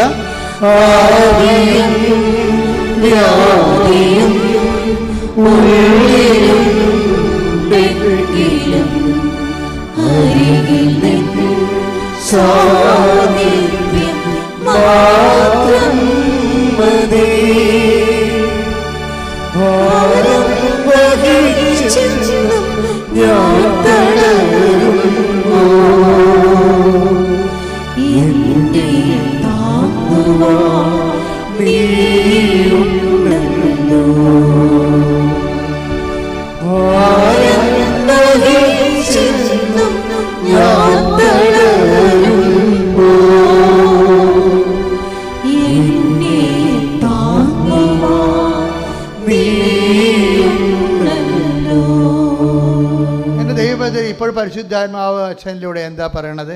ദൈവത്തിലെ നീ ദൈവം ഇങ്ങോട്ട് തരാനുള്ള രീതിയിലാണ് കണക്ക് അവസാനിക്കേണ്ടത്. നമ്മുടെ ജീവിതത്തിൻ്റെ കണക്ക് അവസാനിക്കുമ്പോൾ ദൈവം ഇങ്ങോട്ട് തരാനുണ്ടാകണം. മനസ്സിലായില്ലേ? ഈ കണക്ക് ക്യാരി ഓവർ, നിത്യതയിലേക്കുള്ള പേജിലേക്ക് ക്യാരി ഓവർ ചെയ്യുമ്പോൾ നമ്മൾക്ക് ദൈവം ഇങ്ങോട്ട് തരാനുള്ള രീതിയിലാണ് ഈ മൂത്തപുത്രൻ്റെ കണക്ക് അവസാനിക്കുന്നത്. എന്താണുള്ളത്? ഇത്രേ കാലം ഞാൻ നീ പറഞ്ഞതൊന്നും അനുസരിക്കാതിരുന്നിട്ടില്ല, എന്നിട്ട് എൻ്റെ കൂട്ടുകാരുടെ കൂടെ ഉല്ലസിക്കാനൊരു കുഞ്ഞാടിനെ പോലും ചോദിച്ചപ്പോൾ നീ എനിക്ക് തന്നില്ല. അപ്പം അപ്പം പറഞ്ഞ വാക്കെന്താണ്? എൻ്റെ മകനെ, എനിക്കുള്ളതെല്ലാം. ആ വാക്കാ വായിച്ചേ. അപ്പോൾ പിതാവ് പറഞ്ഞു, നീ എപ്പോഴും എന്നോട് കൂടെ ഉണ്ടല്ലോ. ഞാൻ നിന്നോട് കൂടെ ഉള്ള കാര്യമല്ല ഇപ്പൊ പറയണത്. നീ എപ്പോഴും ആ ഉടമ്പടി ജീവിക്കുന്ന വ്യക്തി എന്താണ്? നീ എപ്പോഴും എൻ്റെ കൂടെ ഉണ്ടല്ലോ. എനിക്കുള്ളതെല്ലാം നിന്റേതാണ്. അതാണ് ഞാൻ ദൈവരാജ്യത്തിലെ വലിയവനാണ് അവനെന്ന് പറയണത്. മറ്റവൻ ചെറിയവനാണ്. അപ്പം അനുതാപപ്പെട്ട് കരുണ തോന്നണമെന്ന് വിളിച്ചു കൂവി അവസാനം 15 മണിക്കൂറിൽ എത്തുന്നേക്കാൾ നല്ലതാണ് മര്യാദയ്ക്ക് ദൈവത്തിൻ്റെ കൂടെ വചനം കേട്ടും പാലിച്ചും ജീവിച്ചും ദൈവത്തിൽ നിന്ന് ചില പ്രാർത്ഥനകൾക്ക് ഉത്തരം കിട്ടിയില്ലെങ്കിലും വിശ്വസ്തയോടെ നിന്നും വരുമ്പോൾ എന്താണ് സംഭവിക്കുന്നത്? മത്തായി 5:19 എന്നാൽ അതനുസരിക്കുകയും പഠിപ്പിക്കുകയും ചെയ്യുന്നവൻ സ്വർഗരാജ്യത്തിൽ വലിയവനെന്ന് വിളിക്കപ്പെടും. ഇപ്പം മനസ്സിലായില്ലേ? സ്വർഗരാജ്യത്തിൽ പോലും വലിയവനും ചെറിയവനുണ്ട്. അത് ഈ ചെറിയവനെന്ന് പറയുന്നതാണ് ഈ ധൂർത്തപുത്രൻ. വലിയവനെന്ന് പറയുന്നത് ആരാണ്? മൂത്ത മകനാണത്. അവന് ചിലപ്പോൾ അവൻ ഉടമ്പടി പാലിച്ചൊക്കെ ജീവിക്കും. ചിലപ്പോൾ അത്യാവശ്യ സമയത്ത് ദൈവം അവന് ഉപകരിക്കത്തില്ലെന്ന് വരും. പക്ഷെ അവനവിടെ നിൽക്കും. അങ്ങനെ നിൽക്കണം എന്നാണ് അപ്പം ആഗ്രഹിക്കണത്. പരാതികളില്ലാതെ നിൽക്കണം. പക്ഷെ അവൻ പ്രഷ്യസാണ്. ഈ അപ്പം കാണിക്കുന്ന പരവേശം ഒന്ന് ഇളയനെ ഇറങ്ങിപ്പോയപ്പോൾ കാണിച്ചില്ലല്ല. അവൻ എൻ്റെ ഓഹരി നിങ്ങളുടെ തരിക, എനിക്ക് എൻ്റെ വഴി നിങ്ങളുടെ വഴിയെന്നും പറഞ്ഞുകൊണ്ട് ചോദിച്ചപ്പോൾ കിടക്കുന്ന ചട്ടി കഴിഞ്ഞ് വെട്ടിമുറിച്ച് പകുതി കൊടുത്തല്ല. അവൻ വീട്ടിൽ പുറത്ത് പോയിട്ട് അപ്പം കയറി പുറത്തിറങ്ങുകയോ മോനെ പോവല്ലേ മോനെ, നമ്മൾ തറവാടായിട്ട് ഒരുമിച്ച് ജീവിക്കണമല്ലേ, നമ്മുടെ കൂടെ തറവാടിന് മോശമില്ല, നിൻ്റെ ആത്മാവ് നഷ്ടപ്പെട്ട് ഒരു പട്ടാങ്ങ പറഞ്ഞില്ല, പോയി തൊലയിട്ടെന്ന് പറയും. അതാണ് ആ നിലപടിന്ന്. എന്ന് ഇവൻ പോകുമെന്ന് പറഞ്ഞപ്പോൾ അവരെ പിടിച്ചു നിർത്തി. മൂത്താൻ പോയപ്പോൾ അപ്പം വിഷയം മാറി, അവനെ സാന്ത്വനപ്പെടുത്താൻ തുടങ്ങിയെന്നാണ്. എന്നാൽ ഈ സാന്ത്വനം നേരത്തെ ആകുമായിരുന്നില്ല. നമ്മുടെ കയ്യിരിപ്പനുസരിച്ചാണ് ദൈവം നമുക്ക് സാന്ത്വനം സാന്ത്വനം വേണ്ടതെന്ന് തീരുമാനിക്കണത്. നിസ്സാര കാര്യമല്ല ഈ പറഞ്ഞു വരണത്. സീരിയസ് ആണ് വിഷയം സീരിയസ് ആണ്. നിങ്ങൾക്ക് പാപം ചെയ്യാൻ 1 by 1 ആയിട്ട് ദൈവം അനുവദിക്കുന്നുണ്ടെങ്കിൽ നിങ്ങൾക്കൊന്നും സംഭവിച്ചത് നിങ്ങൾ പറയരുത്. നിങ്ങൾക്ക് സംഭവിക്കാനുള്ള എല്ലാം സംഭവിച്ചു കഴിഞ്ഞു. എന്താ? നിങ്ങൾക്ക് നഷ്ടപ്പെട്ട ദൈവത്തിൻ്റെ രാജ്യമാണ്. എനിക്കുള്ളതെല്ലാം ലോകത്തുള്ളതെല്ലാം നിനക്ക് കിട്ടി, പക്ഷേ എനിക്കുള്ളതെല്ലാം അത് ഇവന് ചെരുപ്പ് മോതിരമൊക്കെ കിട്ടുന്നതെല്ലാം പറഞ്ഞിട്ട് കാര്യമില്ല. അവസാന പ്രമാണത്തിൽ എഴുതി വെച്ചിട്ടുണ്ട്. ആദ്യം വന്നവന് ചെരുപ്പ്, മോതിരം, ഇളയ മകൻ തിരിച്ചു വന്നിട്ടുണ്ട്, അവന് ചെരുപ്പ് കൊടുക്കണം, അവന് മോതിരം കൊടുക്കണം, വസ്ത്രം കൊടുക്കണം. താഴെ അപ്പം എഴുതി വെച്ചിരിക്കണം ബാക്കിയുള്ളതെല്ലാം എൻ്റെ മൂത്തവന് കൊടുക്കണമെന്ന്. എനിക്കുള്ളതെല്ലാം ആ പ്രമാണം അവസാനിക്കണം. അങ്ങനെയാണ്. കർത്താവിൻ്റെ കഥയിലൊന്നും മിസ്റ്റേക്കില്ല. നമ്മൾ മനസ്സിലാക്കിയതിലാണ് മിസ്റ്റേക്ക്. കർത്താവിൻ്റെ പ്രമാണം ഇതെല്ലാം, ഈ മോതിരവും ചെരുപ്പും എല്ലാം ആദ്യം എഴുതിയപ്പോൾ നമ്മൾ ഓർത്തതെല്ലാം അവൻ്റെ കട. പക്ഷെ പ്രമാണം അവസാനിക്കുമ്പോൾ പറയും എനിക്കുള്ളതെല്ലാം നിനക്കുള്ളതാണ്. അതെഴുതി അപ്പൻ ഒപ്പിട്ട് കളയും, തീർന്ന്. മറ്റവഞ്ഞൊട്ടി.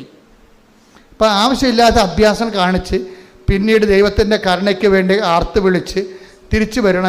അങ്ങനെ സീനുണ്ടാക്കുന്നേക്കാൾ നല്ലത് നമ്മളൊക്കെ ദൈവത്തിന് എല്ലാ പ്രാർത്ഥന അധികം കേൾക്കണില്ല എന്നുണ്ടെങ്കിലും ദൈവത്തിൻ്റെ സ്നേഹത്തിൻ്റെ കൂടെയാണ് നമ്മളെന്നുള്ള ബോധത്തിൽ നിൽക്കുന്ന കരുത്തുള്ള ഒരു സുവിശേഷ വ്യക്തിത്വമുണ്ട്. അതാണ് ഉടമ്പടി അവസാനം ലക്ഷ്യം വെക്കുന്നത്. കൈയടിച്ച് ശ്രദ്ധിക്കട്ടെ. ഹല്ലേലൂയ.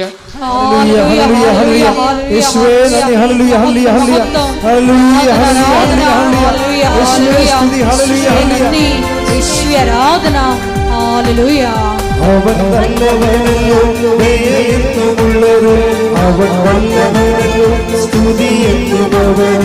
അവൻ നല്ലവനല്ലോ ദയയെന്നുമുള്ളവൻ, അവൻ വല്ലവനല്ലോ സ്തുതിയെന്നുമവൻ.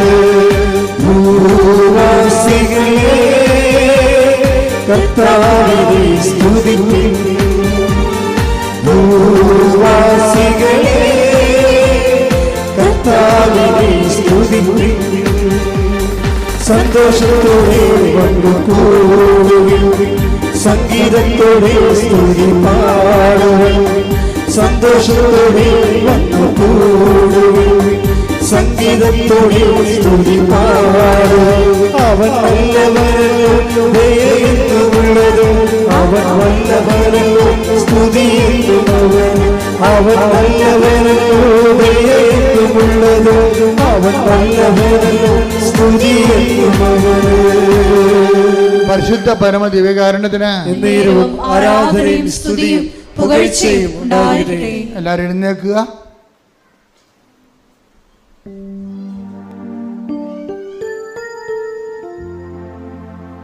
നമുക്ക് രോഗസൗഖ്യ പ്രാർത്ഥനയ്ക്ക് പ്രവേശിക്കാം. പരിശുദ്ധ പരമ ദിവ്യകാരുണ്യത്തിന് എന്നേരവും ആരാധനയും സ്തുതിയും പുകഴ്ചയും ഉണ്ടാകട്ടെ. പരിശുദ്ധ പരമ ദിവ്യകാരുണ്യത്തിന് എന്നേരവും ആരാധനയും സ്തുതിയും പുകഴ്ചയും ഉണ്ടാകട്ടെ. പരിശുദ്ധ പരമ ദിവ്യകാരുണ്യത്തിന് എന്നേരവും ആരാധനയും സ്തുതിയും പുകഴ്ചയും ഉണ്ടാകട്ടെ. അച്ഛൻ പ്രാർത്ഥിച്ചുകൊണ്ടിരിക്കുമ്പോൾ ഈശോ നിങ്ങൾ അനുഗ്രഹിക്കുന്ന സമയമാണ്. കർത്താവ് ഇത്രയും നേരം വചനങ്ങളിലൂടെ നമ്മളെ ബോധ്യപ്പെടുത്തിക്കൊണ്ടിരിക്കുകയായിരുന്നു. വചനത്തിൻ്റെ ആന്തരിക രഹസ്യങ്ങളെ നമ്മളെ പഠിപ്പിച്ചുകൊണ്ടിരിക്കുകയായിരുന്നു. അവരെല്ലാം ദൈവത്താൽ പഠിപ്പിക്കപ്പെടുമെന്നും പറഞ്ഞുകൊണ്ടാണ് ഈ വചന ശുശ്രൂഷ ആരംഭിച്ചത്. അത് അവസാനിക്കണം ദൈവത്താൽ നമ്മൾ പഠിപ്പിക്കപ്പെട്ടതിന് ശേഷം. ഇപ്പോഴ് കർത്താവിൻ്റെ അനുഗ്രഹത്തിലേക്ക് പ്രവേശിക്കുന്ന സമയമാണ്. നിങ്ങളുടെ രോഗങ്ങൾ, ഭാരങ്ങൾ, ജീവിത ദുരിതങ്ങളുടെ മേലെല്ലാം ദൈവിക സമാശ്വാസവും ശക്തിയും ലഭിക്കുന്ന സമയമാണ്. ഇടിമുഴക്കം പോലെ ശ്രദ്ധിക്കട്ടെ. നന്ദി. ഹല്ലേലൂയ, ഹല്ലേലൂയ.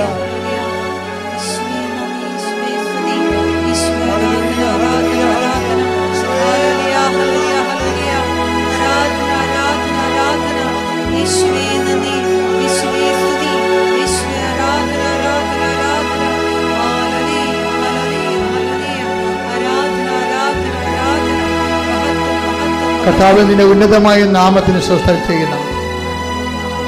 കർത്താവേ, നിന്റെ വിശുദ്ധ പൗരോഹിത്യത്തെ മഹത്വപ്പെടുത്തണം. കർത്താവേ, സഭയിലുള്ള സാന്നിധ്യം പ്രകടമാക്കണം. 39 വർഷം ഞാൻ അർപ്പിച്ച കുർബാനയുടെ യോഗ്യതയാൽ കൃപാസം അൾത്താറെ ജീവനോടെ പ്രത്യക്ഷപ്പെട്ട പരിശുദ്ധ അമ്മയുടെ മാധ്യസ്ഥതയിലെ ഈ അൾത്താറയിൽ നടന്ന ആയിരക്കണക്കിന് ആരാധന ശക്തിയാൽ മാറിയ രോഗങ്ങളെ, തീരാവേദികൾ, ജീവിത ദുരിതങ്ങളെ യേശുവിന്റെ നാമത്തിൽ മാറിപ്പോകട്ടെ. ശ്രുതികട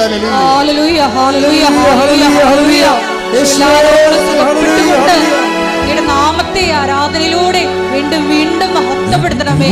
ഹല്ലേലൂയ, ഹല്ലേലൂയ, ഹല്ലേലൂയ.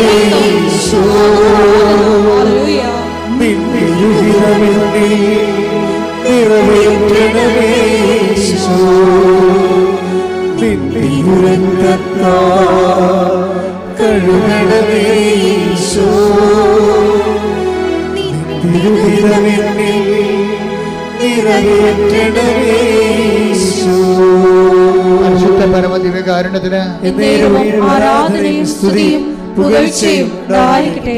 മക്കൾ സ്തുതിച്ചുകൊണ്ടിരിക്കട്ടെ. അച്ഛൻ പ്രാർത്ഥിച്ചുകൊണ്ടിരിക്കുന്നു. കർത്താവേ, അന്ധന് കാഴ്ച നൽകിയവനെ, കർത്താവെ ചെകിടിന് കേട് നൽകിയവനെ, കർത്താവെ ഊമന് സംഭാഷണത്തിൽ നൽകിയവനെ, കർത്താവെ മഹോരോഗ്യം സുഖപ്പെടുത്തിയവനെ, കർത്താവെ തലവാരോഗ്യം സുഖപ്പെടുത്തിയവനെ, കർത്താവെ മരിച്ചവനെ ഉയർപ്പിച്ചവനെ, നിന്റെ തിരുമറുപാർന്ന വലതുകരം, അണിപ്രധാർന്ന അത്ഭുതകരം ഓരോ മകന്റെ മേലും മകളുടെ മേലും വെക്കണമേ. അടിപ്പിണർ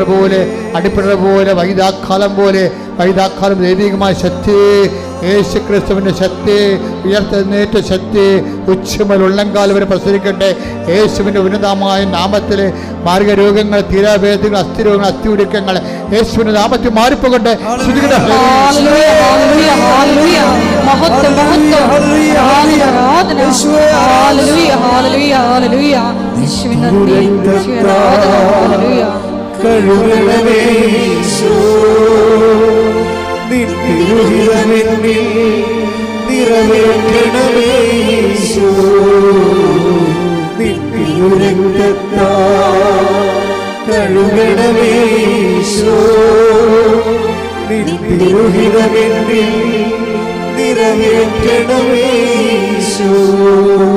പരിശുദ്ധ പരമദിവ്യകാരുണ്യത്തിന് ആരാധനയും സ്തുതിയും പുകഴ്ചയും ഉണ്ടായിരിക്കട്ടെ. എൻ്റെ മക്കളെ, പരീക്ഷയിലെ റിസൾട്ട് പ്രതീക്ഷിക്കുന്ന മക്കൾക്ക് വേണ്ടി പ്രാർത്ഥിക്കുകയാണ്. മക്കൾക്ക് വേണ്ടി മാത്രമല്ല, അവരുടെ ആശങ്കാകുലമായ മാതാപിതാക്കന്മാർക്ക് വേണ്ടിയും ആൾക്കാരെ പ്രാർത്ഥിക്കുന്നു. കാര്യം കുഞ്ഞുങ്ങളെ തോക്കുകയും അവർക്ക് മാർക്ക് കുറഞ്ഞു പോയാൽ തീർച്ചയായിട്ടും മാതാപിതാക്കന്മാരുടെ ചങ്ക് തകരും. അതുകൊണ്ട് അച്ഛൻ ഈ ദിവസങ്ങളെല്ലാം നിങ്ങൾക്ക് വേണ്ടി പ്രാർത്ഥിച്ചിട്ടുണ്ട്.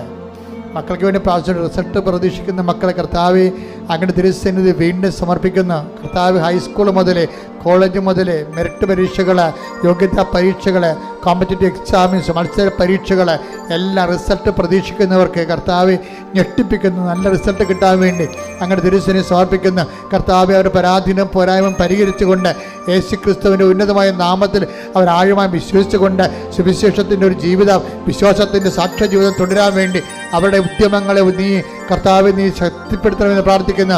എൻ്റെ കർത്താവിൻ്റെ ഉന്നതമായ നാമത്തിൽ സഭയുടെ അധികാരത്തിൽ കുറിച്ചടയാള ദൈവശക്തിയാൽ വിജയത്തിൻ്റെ ദൈവം കർത്താവെ നിങ്ങളെ ശക്തിപ്പെടുത്തുകയും നിങ്ങൾ അനുഗ്രഹിക്കുകയും നിങ്ങൾക്ക് നല്ല റിസൾട്ട് ലഭിക്കുകയും ചെയ്യട്ടെ. ശ്രദ്ധിക്കട്ടെ. ഹല്ലേലൂയ, ഹല്ലേലൂയ, ഹല്ലേലൂയ, ഹല്ലേലൂയ.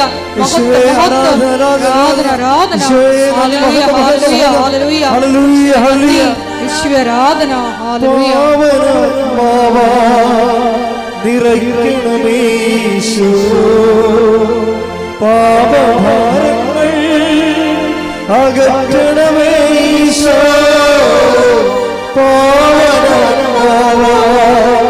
നിറയ്ക്കണമേ ഈശോ, പാപഭാരങ്ങൾ അകറ്റണമേ ഈശോ, കഴുകണമേ ഈശോ,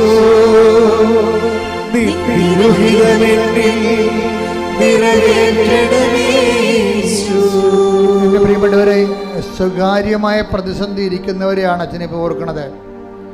ചില വ്യക്തികൾ ചില വിഷയങ്ങളിൽ കുരുങ്ങിയിരിപ്പുണ്ടാകും. അവർക്ക് സഹിക്കാനാവാത്ത ചങ്കിനുവേദന അനുഭവിക്കുന്നവരുണ്ടാകും. അവരെ ഞാൻ ഇപ്പോഴേക്ക് അൾത്താരയിൽ സമർപ്പിക്കുന്നു. ഇപ്പോഴും അച്ഛൻ ഞങ്ങളുടെ വിഷമ സ്വകാര്യ ദുഃഖങ്ങൾ പറയണം എന്നാഗ്രഹിക്കുന്നവർക്ക് കർത്താവിൻ്റെ അരുളപ്പാടാണിത്.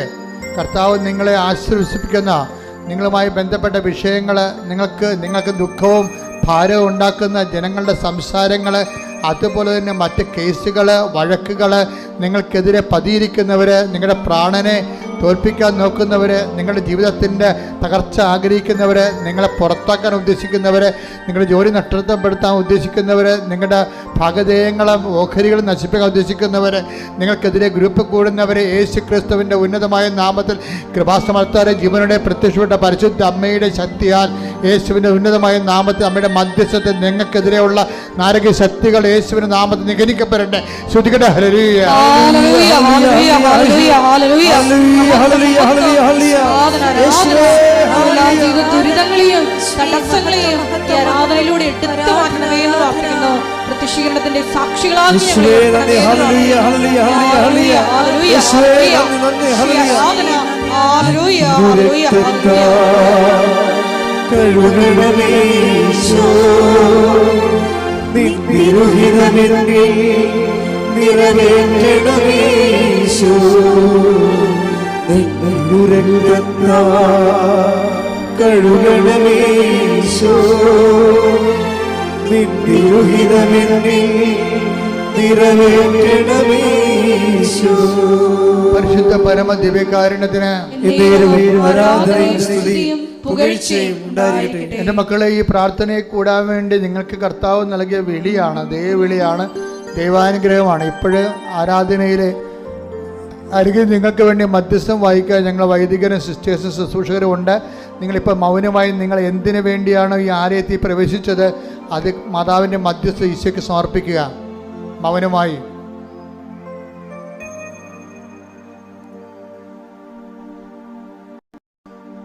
വീണ്ടും ശ്രുതിക്കട്ടെ, ശ്രുതിക്കട്ടെ. ഹല്ലേലൂയ, ഹല്ലേലൂയ, ഹല്ലേലൂയ, ഹല്ലേലൂയ.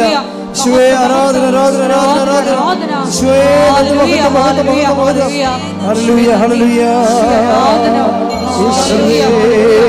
കർത്താവിന്റെ ഉന്നതമായ നാമത്തിന് സ്വസ്ഥം ചെയ്യുന്ന കർത്താവ് രോഗപീഡിതരെ സംബന്ധിച്ച് പ്രാർത്ഥിക്കുന്ന ഈ ദിവസങ്ങളിലെ ഓപ്പറേഷന് വേണ്ടി ചീട്ട് കുറിച്ചവരെ സമർപ്പിച്ച് പ്രാർത്ഥിക്കുന്ന ആ ഓപ്പറേഷൻ വിജയകരമാകുവാനും കർത്താവ് അങ്ങ് വിചാരിച്ചാൽ ഓപ്പറേഷൻ വേണ്ടെന്ന് വെക്കാനും കഴിയും കർത്താവ്.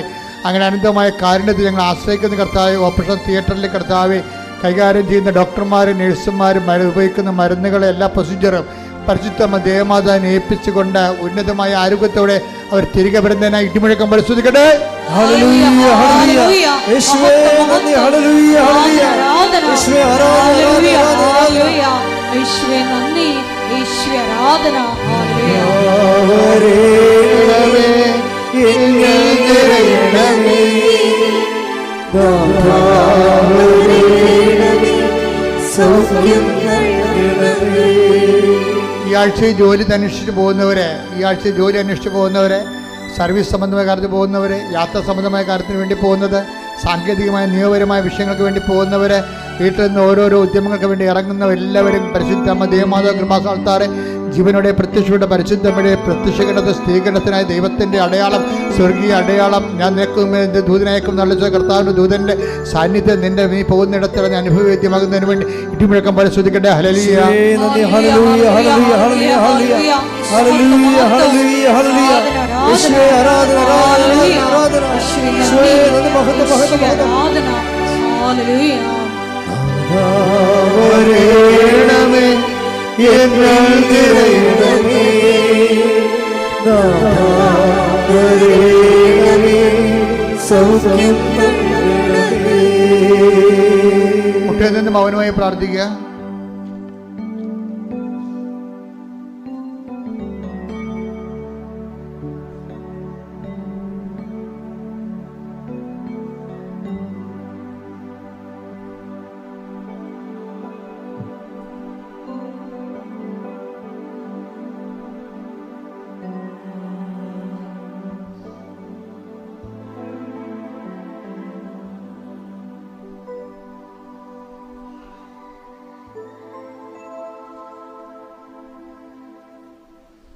സമാപനാശീർവാദം സ്വീകരിക്കുക. ഒരിക്കൽ കൂടി മരിയൻ ഉടമ്പടിയിൽ സമർപ്പിച്ചിരിക്കുന്ന എല്ലാ വിഷയങ്ങളും ദൈവമാതാവിൻ്റെ മധ്യസ്ഥയിൽ ദിവ്യകാരുണ്യ സന്നിധിയിൽ സമർപ്പിച്ച് നമുക്ക് ഒരു നിമിഷം മൗനമായിട്ട് പ്രാർത്ഥിക്കാം. ഇന്ന് ആരാധനയിൽ തുടക്കത്തിൽ ഈശോ സംസാരിച്ചതുപോലെ അവരെല്ലാവരും ദൈവത്താൽ പഠിപ്പിക്കപ്പെട്ടവരാകും. ഈശോയെ, മരിയൻ ഉടമ്പടിയിൽ നിന്നുകൊണ്ട് നിന്റെ വചനങ്ങൾ ശ്രവിച്ച് അത് പാലിച്ച് നടപ്പിൽ വരുത്തി നീ ഞങ്ങളോടൊത്ത് വസിക്കുവാനുള്ള നിന്റെ സാന്നിധ്യം എന്നും ഞങ്ങൾക്ക് അനുഭവവേദ്യമാകുവാനുള്ള വലിയ കൃപ നൽകണമേ എന്ന് പ്രാർത്ഥിക്കുന്നു. ഈശോയെ, നിന്റെ വചനങ്ങൾ മറ്റുള്ളവരെ പഠിപ്പിക്കുവാൻ ഉടമ്പടി പ്രേക്ഷിത പ്രവർത്തനങ്ങളിലൂടെ ഞങ്ങളെ തിരഞ്ഞെടുത്ത് അഭിഷേകം ചെയ്യണമേ എന്ന് പ്രാർത്ഥിക്കുന്നു. അതുവഴി ഞങ്ങളും സ്വർഗരാജ്യത്തിൽ വലിയവരാകുവാൻ ഈശോയെ ഞങ്ങളെ അഭിഷേകം ചെയ്യണമേ എന്ന് പ്രാർത്ഥിച്ചുകൊണ്ട് ദൈവസ്നേഹത്തോടെ ശിരസ്സ് നമിച്ച് നമുക്ക് ദിവ്യകാരുണ്യനാഥന്റെ ആശീർവാദം സ്വീകരിക്കാം.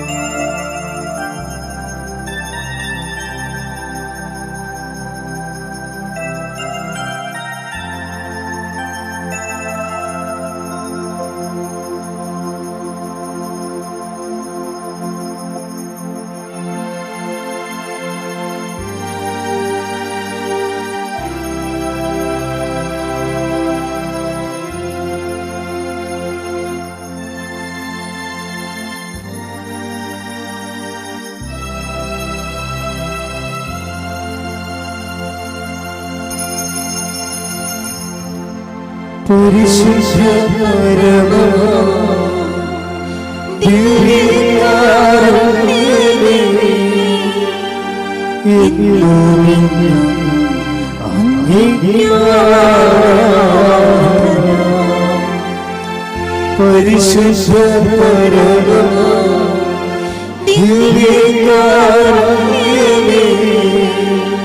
എന്നും